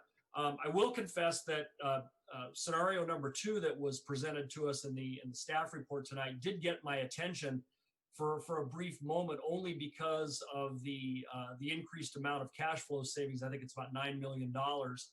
And I think that I might have been more inclined to take a more serious look at this had we not been dealing with COVID-19. As I think most people remember, we were back at the beginning of March, we were looking at a surplus at the end of the 1920 fiscal year, and then everything went south from there, including our fund balance. So I am, because of that, new scenario 1 makes a lot more sense for me, like it does my colleagues, and hopefully that will it'll get us a little bit healthy and a little more comfortable more quickly, and we will, within a couple of years, we will hopefully start to recover and come out of this adventure a little bit better than we are now. Thank you. Thank you, Councilmember Lestro. Councilmember Torres. Thank you for bringing this forward. Glad that the staff was able to break down various options for the city council. So option A seems like the best option. Thanks. Thank you. First of all, I'd like to just thank James and Andrew and Sonia and our internal team for helping put this together over the course of the past 10 months. And also to thank Michael Bush and your team as well for getting us to this place. I know that when we went into this, we had, I should say I had reservations, knowing a bit about pension obligations and some of the concerns that came about that occurred with other cities that undertook this. And I think it might be helpful, Michael, not that the council is in disagreement on moving forward, but I think it would be valuable for just, I'm thinking particularly residents who are watching or people who may ask us is, didn't other cities undertake these pension obligations years ago and found themselves in a terrible financial situation as a result of doing these pension obligations? I know there have been changes. Can you just speak briefly to those changes so that so that the public better understands perhaps what the difference is between, let's say, today and 10 years ago? If you can speak to that, and then I have a couple more questions. Sure. I think those are good and valid questions. Several things have occurred, but most of it has occurred through Calpers policy changes. Years ago, Calpers would request payments from local governments based on payroll. It'd be a percentage of payroll. And so when budgets were reduced or recessions hit, cities would reduce their workforce, reduce their payroll, and it would basically create a situation where the pension plan would be unfunded or funded at a level below where it should be. And so Calpers about 5 years ago, 4 or 5 years ago, changed that methodology and basically started to amortize out unfunded liabilities over a 20 to 25 year process, in some case 30 years, depending on the agency. Interestingly enough, Calpers had what was referred to as a side fund for smaller organizations with less than 100 employees. And the methodology they used to repay or pay unfunded liabilities was a fixed amortization schedule. And 10 years ago, those were refinanced all the time because they were at 8% interest rates and you could get something at 5 or 6 at that time. And because they were fixed payments, it was like refinancing your home mortgage. Today, with those changes, we're able to do something very similar. Calpers has lowered its discount rate to 7%, but the taxable market where these bonds will be sold has significantly come down from where historically it's been. And so we're thinking, in the range of 3.5% to 4% for these bonds. So I think those, based on prior issues, those rates are near historical lows that you couldn't get 10 years ago. The other issue is when Calpers would amortize their liabilities, they would do so with a 3.5 or a 3.25% inflator of payroll. And so bonds were issued with escalating debt service to follow those payroll assumptions. And as you can see now, we're able to issue bonds with a level savings because that fixed amortization. So that significantly changes the profile of how bonds were issued. Years ago, they were also issued with make-whole calls, meaning that once you finance them for 20 or 30 years, you were obligated to pay the interest on those bonds for that entire period of time. The proposal before you tonight is to sell those bonds with a call of a 10-year call, which is a standard call. There have been recent bonds issued with make-whole calls. Those are decisions made by those organizations. I feel pretty confident, however, that we are going to stick to a 10-year call provision. It may cost you a little bit more in the transaction, but it gives you the best benefit of refinancing that debt as the amortization shrinks, the risk goes down, and the interest rates follow. So over time, we should be able to find other efficiencies in these bonds when they're presented as callable. And we've also seen pension change that we haven't had 10 years ago, whether it's the tiered system that agencies issued administratively through contract amendments through Calpers, or the PEPRA program that the state has implemented. All of those factors have completely changed the dynamics for issuing pension obligation bonds in California. To take that a little bit further, Mayor, to address your question, I took the city of San Bernardino through bankruptcy.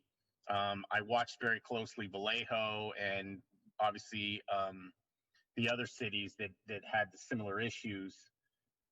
They all had pension bonds. But I'm here and I can clearly say without reservation, the pension bonds were not a cause of any of those bankruptcies at all. In fact, in San Bernardino, they only had 3 bonds outstanding from their general fund. 2 were issued in the 90s, and the debt service on those were a couple $100,000 apiece, and they had this pension bond issue. In total, the debt represented about 2.5 to 3% of the city's revenues.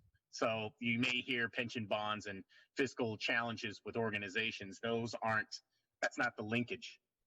Where I see the linkage may have been, there were some agencies years ago that were issuing pension bonds simply because they weren't willing to make tough budget decisions. And they would issue pension bonds to kind of give themselves some budget relief from making tough decisions. That's not the case here. That's not the case that I've seen in any other issues being represented. In fact, the issues that are being done now are all of pretty high credit quality. AA seems to be the standard. We're going to do our best to get the highest rating for the city to make sure we can get the best deal. But things have changed dramatically since that time. And, we're able to fix this cost out. And as some of the subcommittee may recall, that second meeting, we were asked to do a stress test of the pension bonds. And the stress test made a few assumptions. What if Calpers had a return of less than 7%? And what if they changed the discount rate below 7%?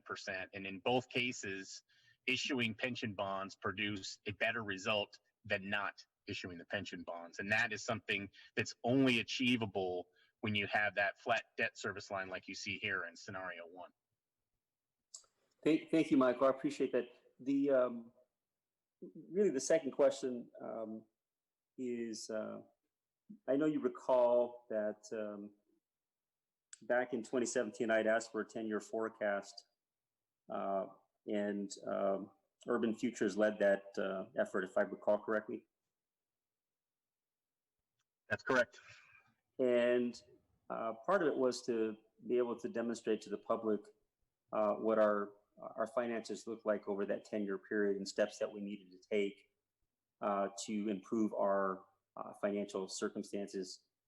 And one of the recommendations was to consider a sales tax measure, if I recall correctly.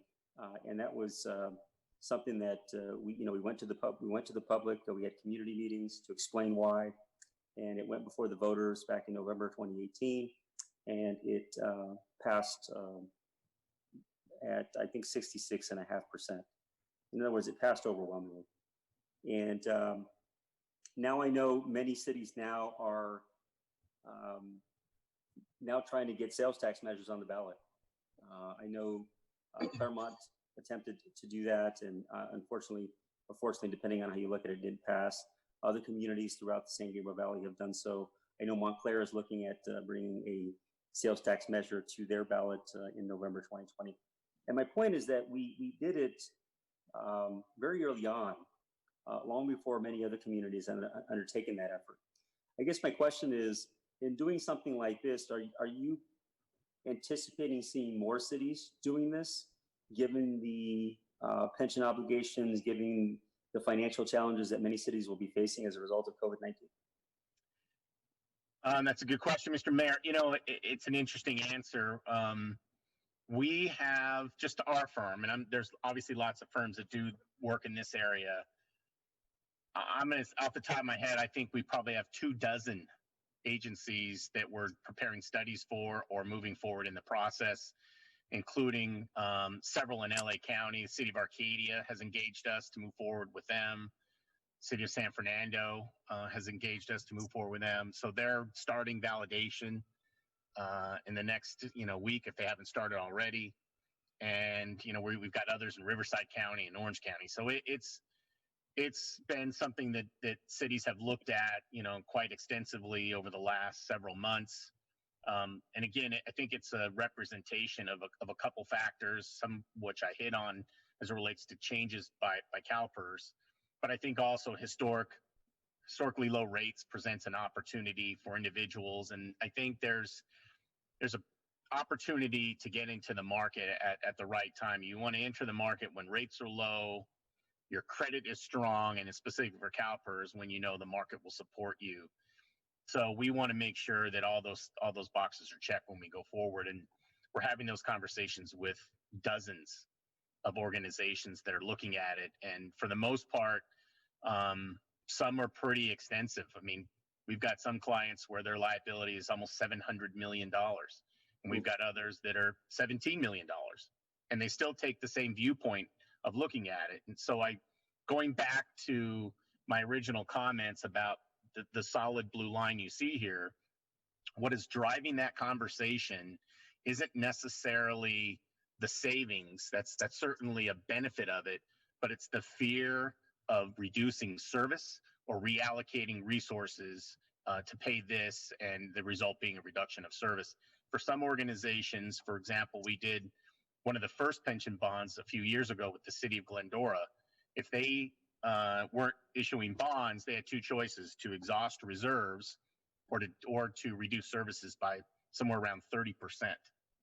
So their council came to the conclusion that they were in a much better position, given their credit strength and ability to meet debt obligations, to issue bonds rather than try and preserve some level of service, raise taxes to the point where they didn't think they were comfortable, or to deplete their reserves in general. So we've seen a number of issues to why people are looking at these, but generally it all comes down to that peak point you see here and that dotted green line, which is difficult, if not nearly impossible, for everyone to reach without some service reduction.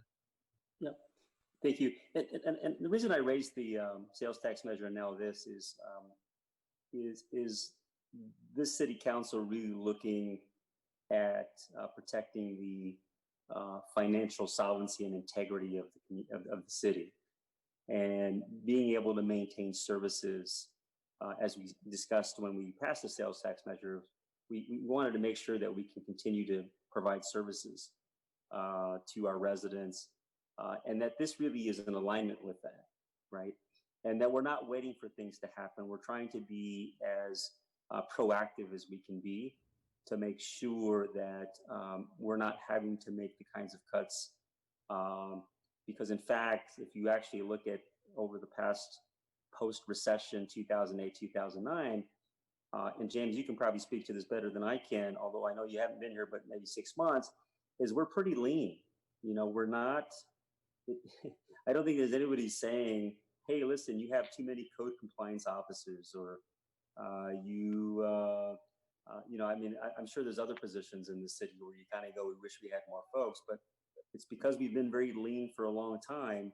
And for us to be having to cut more services really gets down to the bone, if you will.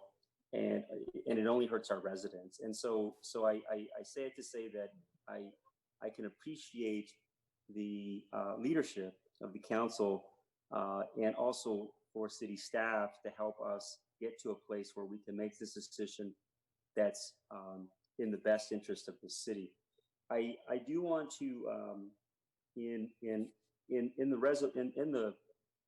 the language for the recommendation, and I think there's at least mostly what I heard is that there's strong support for scenario one. I am in agreement with that. I'd like to just propose to the council some additional language on the resolution under 3. I'd like to just propose some language, and I think Michael, you had stated it clearly, but I'm just going to go ahead and read it, okay? Because I have it down, and it certainly directs staff to allocate savings from the issuance of pension obligation bonds to the reserve, and if the voters, I shouldn't say, if the residents who are looking at the last meeting that we had, in 2019, 2020, we were looking at about a $6 million deficit, and then the same in 2020, 21. That's about right, Andrea. Let's say 12 million, just ballparking it. Yes. This would allow us to be able to fully put our reserves at a place at 17%, which would certainly improve our financial health. And Michael, if I'm correct, that'll also, in terms of you going out to the bond market, that'll also demonstrate that we're not just here to spend those additional dollars on some new item, if I'm correct. So I'm in agreement on that. I would just add that as a priority, that the budget savings shall first be allocated to meet the city's fund balance policy, which I just said, which is estimated at 12.1 million.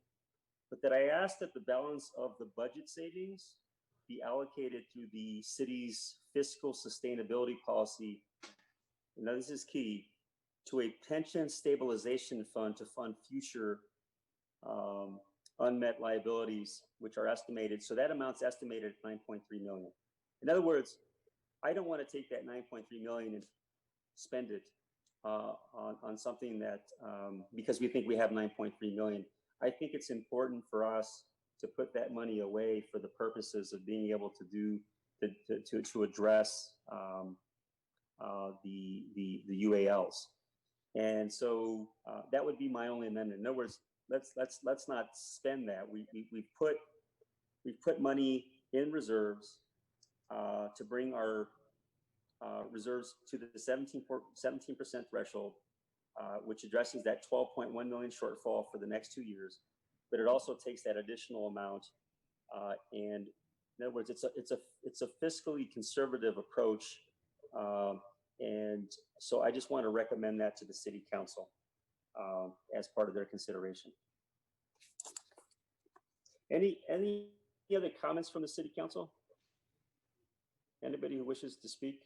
This is Councilmember Preciado. I actually thought that was already gonna be part of the recommendation, so I'm in support of those changes as well. Okay. Could I get a motion from the city council? And if we'll accept those amendments? Move to approve with amendments adjusted, Mayor. This is Councilmember Okay. Garcia. Thank you, Councilmember. And can I get a second? Second. Give a second. Okay, Councilmember Lestro was the second. Can we do a roll call, Rosalia? Roll call, Preciado, Yes. Garcia, Yes. Ontiveros Cole, Yes. Lustro, Yes. Torres, Yes. Sandoval. Yes. Motion passes unanimously. Again, want to thank Michael. Again, thank you to your team.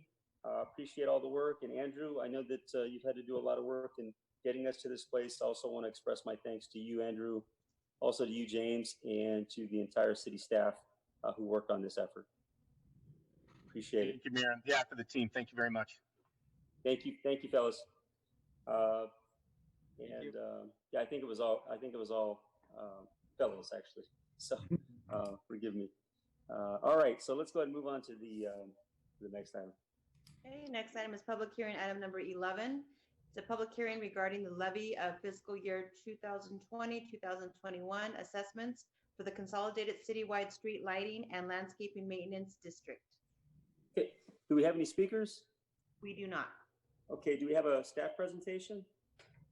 Yes, Mr. Mayor, Council, just real quick, we're back here again as we are every year around this time. This is a public hearing which is required prior to City Council adopting a resolution that would confirm assessment diagrams, zone boundaries, and the assessments for the next fiscal year of 2020-21. Prior to concluding the public hearing, affected property owners have the opportunity to commit either, well, in writing, any comments that they may have regarding the engineer's report. At the time that we prepared this staff report, we didn't receive any comments, and as our city clerk stated, there have been no other comments submitted. And I will note that there are no increases to the assessments for the next year. I also have Carol Hill here as our engineer of record from Harrison Associates, should there be any questions that she can answer.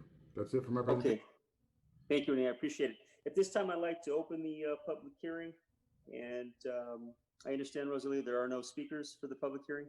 There are no speakers, Mayor. Okay, at this time, I'd like to go ahead and close the public hearing and then open it up to the City Council. Councilmember Torres, we'll go ahead and start with you to give Councilmember Preciado a break. Any comments? Yes. Reading the staff report, it said that the city additionally absorbs $3,800 from the general fund cost from Phillips Ranch zones. Can you explain that a little more, please? I can. It's kind of it's a little odd that $3,800 doesn't seem like a lot in the whole scheme of things. Generally, that is for some of the park maintenance. There are a couple parks in Phillips Ranch. It goes towards that $3,800 goes towards the maintenance of those parks. Okay, and that's from the city's general fund going to supplement a Phillips Ranch.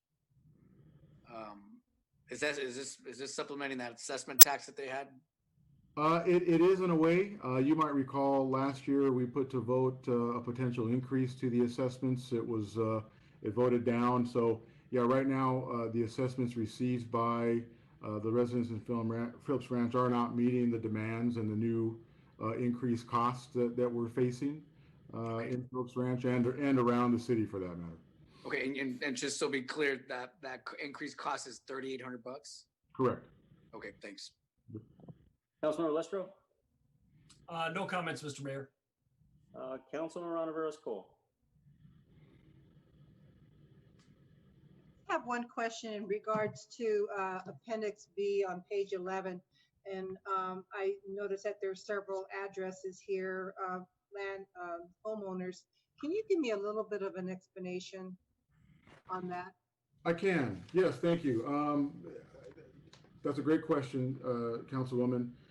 For instance, if you notice on Appendix B, there's an address there at 4310 Valley Boulevard. If you can see that on Appendix B, you might recall last year the City Council approved the annexation of a couple properties over on Valley Boulevard near the Walnut Pomona city boundary. Those properties were not in the city of Pomona at the time. Council did approve annexation of those properties, and so they never had paid any assessment, any tax assessment. So now that they are city properties, we can now levy assessments to those properties. And so these other properties, yeah, those looks like there's a lot of them. At some point in the past, they were not paying any assessments, and so the good thing is now they are. These are, what I think, 32 roughly new properties that will be paying into the assessment, I believe, for Zone C, which is a citywide district. And that citywide district is represented by the various green colored parcels in the maps behind Appendix B. Thank you. You're welcome. Any other comments, Councilmember? Nope. Okay, let's go to Councilmember Garcia. No comment, Mayor. And Councilmember Preciado. No, Renee, I just wanted to tell you thank you for putting the staff report together and answering my questions earlier today. It was helpful making sure getting to know what the boundaries were. So thank you. You're welcome. Thank you. And I echo that as well, Renee. I appreciate that work. You're welcome. Okay, do I have a motion from the city council? I'll move it to approve. Councilmember Okay. Preciado. Can I get a second? Second to approve. Okay, it looks like it was like a tie. Let's, so Liz, you haven't muted yourself. Liz seconded the motion made by Councilmember Preciado. If we can go ahead and do a roll call. Roll call, Preciado, Yes. Garcia, Yes. Ontiveros Cole, Yes. Lustro, Yes. Torres, Yes. Sandoval. Yes. Alrighty, motion passes. All right, if we can move on to item 12. Okay, final item for this evening is item number 12. It's a public hearing and adoption of resolution setting customer power rates for Pomona Choice Energy Community Choice Aggregation. Okay, and just so I know, are there any speakers for this item? There are no speakers for this item, Mayor. Okay, all right, and I presume we have a staff presentation or something of that nature, Chris? Yes, sir, very brief. Good evening, Mayor and Council. Before you tonight is the final step of a nearly 3-year trek to create the Pomona CCA. At the June 1st City Council meeting, staff received direction to proceed with the establishment of power rates for the city's CCA. On June 26th and July 2nd, staff had a notice for the proposed rates published. Tonight, staff is seeking approval of those rates. Finally, prior to October 2021, staff will return to council with an update on the financial condition of the CCA, and based on power costs at that time, staff will again request establishing new rates. If at that time the city is able to provide a discounted rate, staff will provide options for council to consider, and I'm available to answer any questions you may have. Thank you, Chris. All right, at this time, I'd like to open the public hearing. There are no speakers for the public hearing. At this time, I'd like to close the public hearing and then ask the council to weigh in. Councilmember Preciado, let's go back to you. No questions. Thank you. All right, thanks. Councilmember Garcia. My only question is to have Director Diggs reconfirm that any one of our residents who is currently under the Southern California Edison discounted rate will maintain that discounted rate under this program. Yes, they will. Thank you. And I also appreciate you mentioning that our eventual goal is to go below Southern California Edison rates for our residents, but at this time it's not fiscally responsible to do so, so it will be on par. And Yes, I appreciate that clarification, Director Diggs. Thank you. That's Thank all you. I have today, Mayor. Thank you, Councilmember Garcia. Councilmember Ontiveros Cole. No comment on this. I approve it. Okay, and Councilmember Lustro No questions or comments. and Councilmember Torres. Yeah, question for staff. By voting yes on this, am I voting to increase rates or no? No, the rates are on par with what Edison is currently charging. So the customers will see no change in their bills at all. Okay.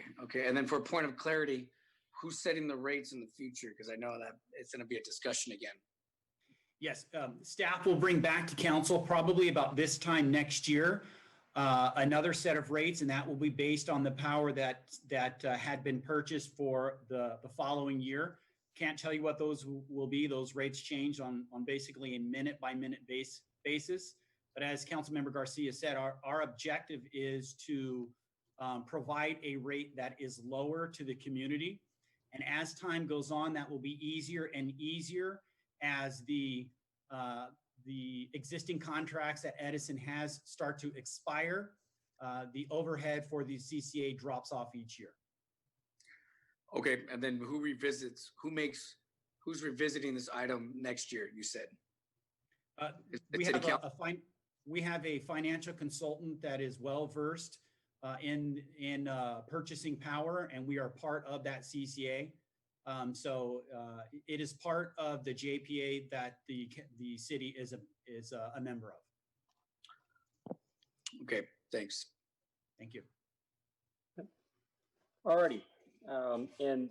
Chris, I don't have any comments. I mean, I think the main takeaway is that this was formed because we wanted to help our residents have lower energy bills, right?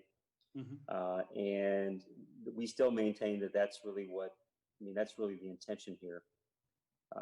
And so obviously we're living under a very different time, and it certainly still gives folks the flexibility to be able to stay with Edison if they choose, but that they could participate in this CCA. Yes. Yes, and with the aim to lower rates for all our customers, all our residents. And when we say residents, do we also include businesses as well, because they would be accessing our power? Yes, and in the coming months, as mentioned in your staff report, we'll be bringing on more and more businesses. But at this point, it's primarily residential. Primarily, yeah. And governmental. Yeah. Good, but if we can certainly help our businesses save as well, that's always a good thing. Yes. Okay, all right. Can I get a motion from a city council? I'll move the item. Okay, Councilmember Lestro, and looks like Councilmember Garcia, you're lining up for the second. Steve beat me to the motion. Yes, sir, I am seconding. All right. Okay, Rosalia, if you'll do the roll call. Absolutely. Preciado, Yes. Garcia, Yes. Ontiveros Cole, Yes. Lastro, Yes. Torres, Yes. Sandoval. Yes, and we move on to the next item. Next item are matters initiated by the city council members. These are items for future city council consideration as requested by the mayor or members of the city council. Okay, Councilmember Torres, let's start with you. Yes. Did the city tell me a little bit more about the rules in terms of signage, like vinyl banners, what's allowed in the city? There's a facility that I've been getting calls about doing drive-through testing for COVID-19 off of Gary Avenue in Alameda. They have a banner there, and I've gotten calls from residents asking me if they were allowed to have that banner. I told them I would follow up with you if I can get the city to look into that and get some more information back to me. Secondly, is not quite in my district, but I've been getting several emails from some residents down near the 60 freeway, South Gary, about Caltrans property there, housing homeless people, and apparently they have a barbecue grill back there. And I guess I got an email from several folks, and while it's not quite my district, I don't want to ignore folks. So if we can have someone look at that, and I think what residents are asking for is not just to fix the issue one time, but to address it in the long term so that they don't have to keep calling. And then the second part of that, what came out of that conversation was that some of those residents down there feel, and this goes for in my area too, but some residents feel that it takes a city council member to get something done, or they have to contact their council member just to get, a response back. And so I think the city should try to do a better job of at least responding to the commissioners when they send or some of the residents. We talk about thanking people for volunteering and whatnot on these commissions. Well, let's at least return their emails, respond to them, and help get them assistance when they need it. So thank you.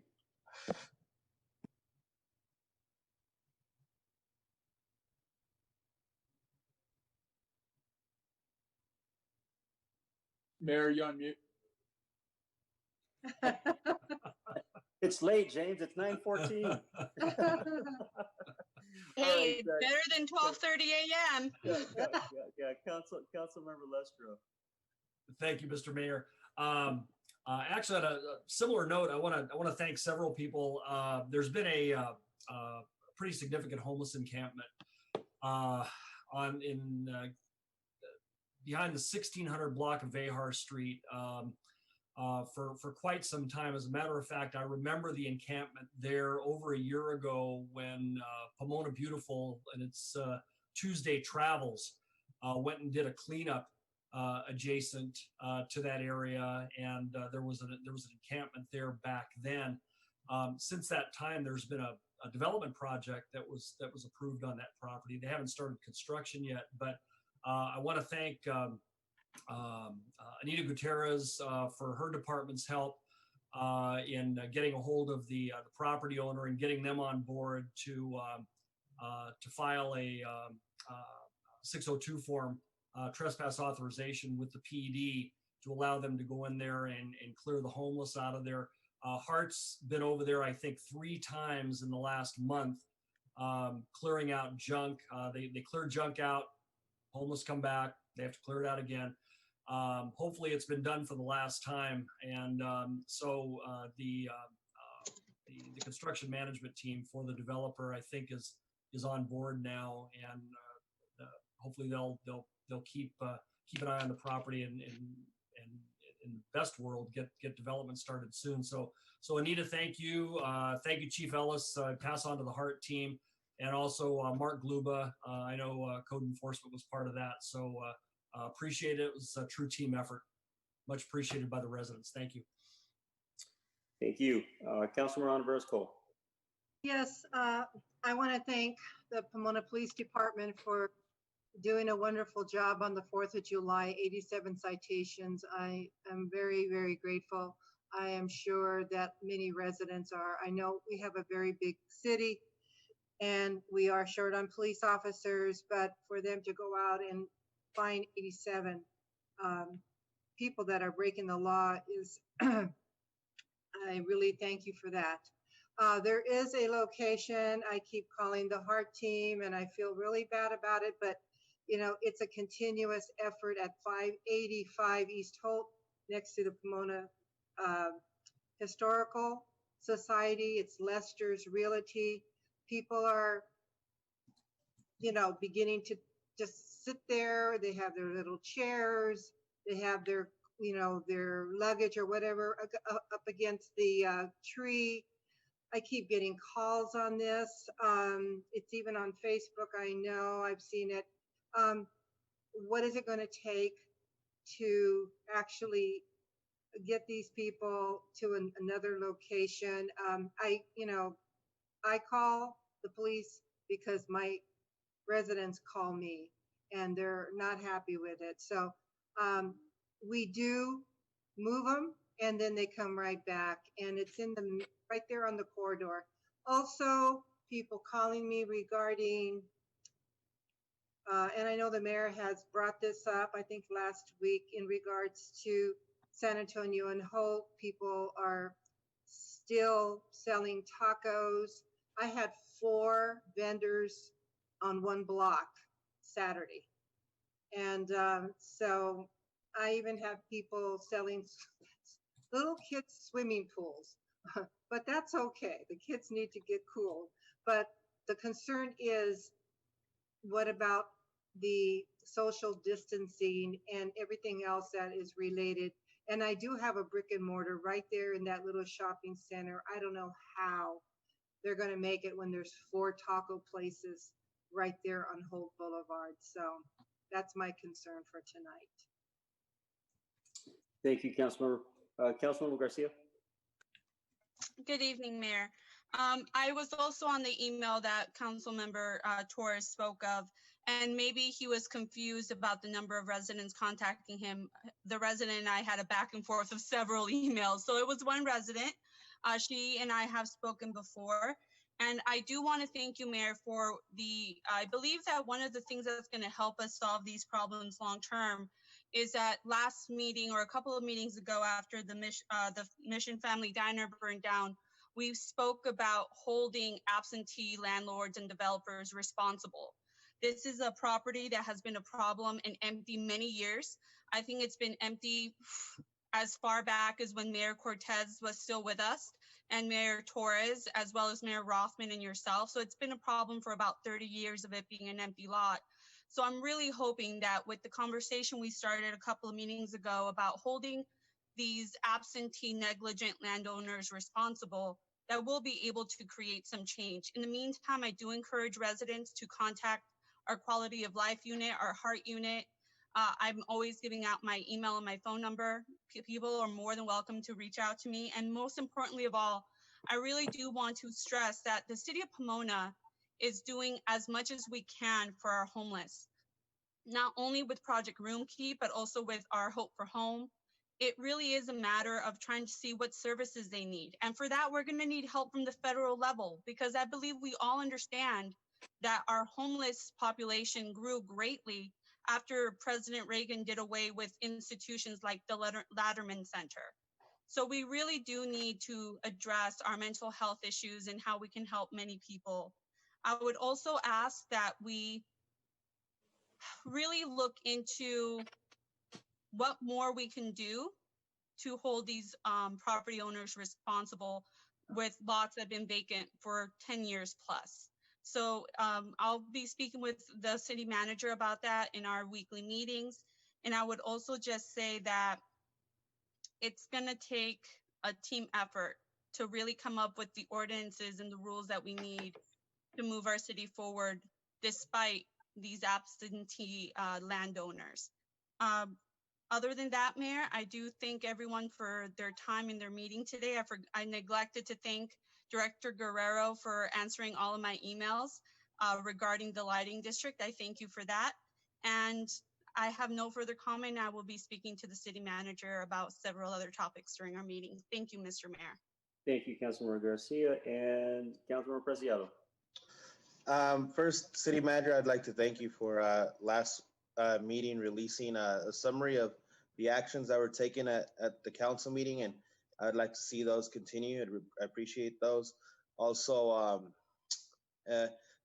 speaking about our homeless community, I think it'd be good if either we do it through social media or a small presentation here, maybe having Benita DeFrank speak a little bit about what we are doing towards homeless, how we've been affected because of COVID, but also how we are jumping back and we're fighting back. And I believe the city of Pomona is doing an amazing job, and it's a huge burden all in the entire United States. But I think we can continue using our city as an example in leading the way.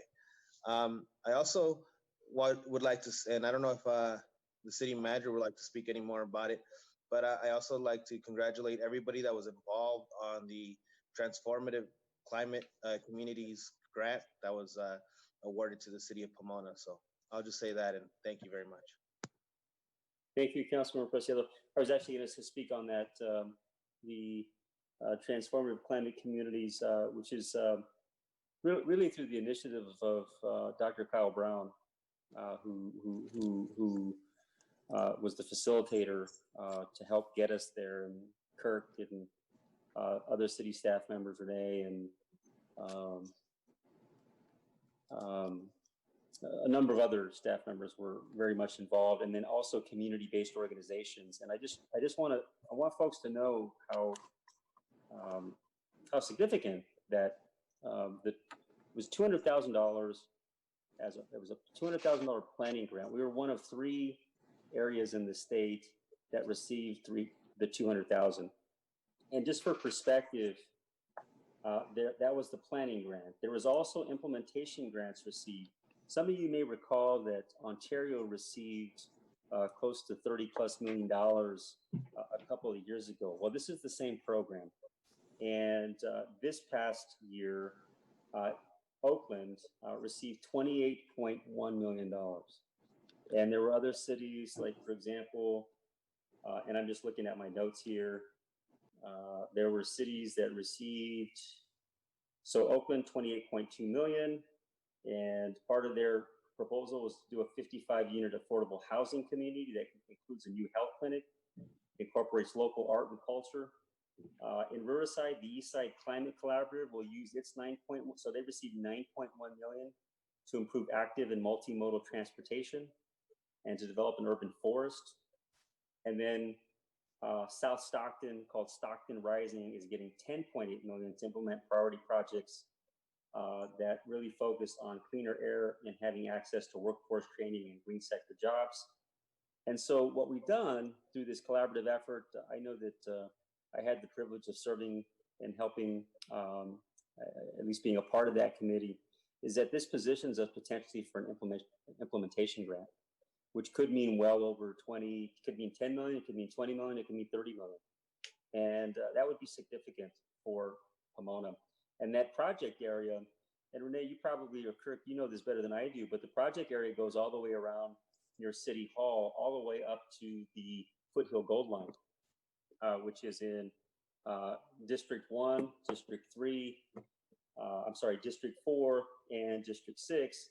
It really includes all the districts, I think maybe with the exception of District 5, but I don't recall, don't quote me on that.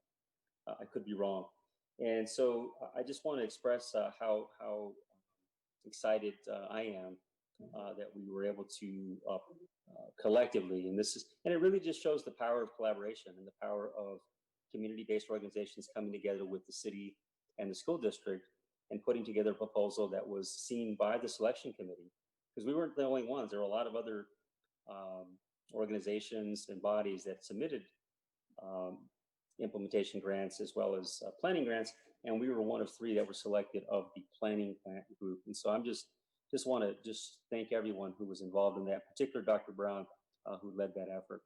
And second thing is, and I've got my list here, give me one second. Also, Renee, and I know we're in COVID-19 times, but I have some concerns about the off-ramp, on-ramps.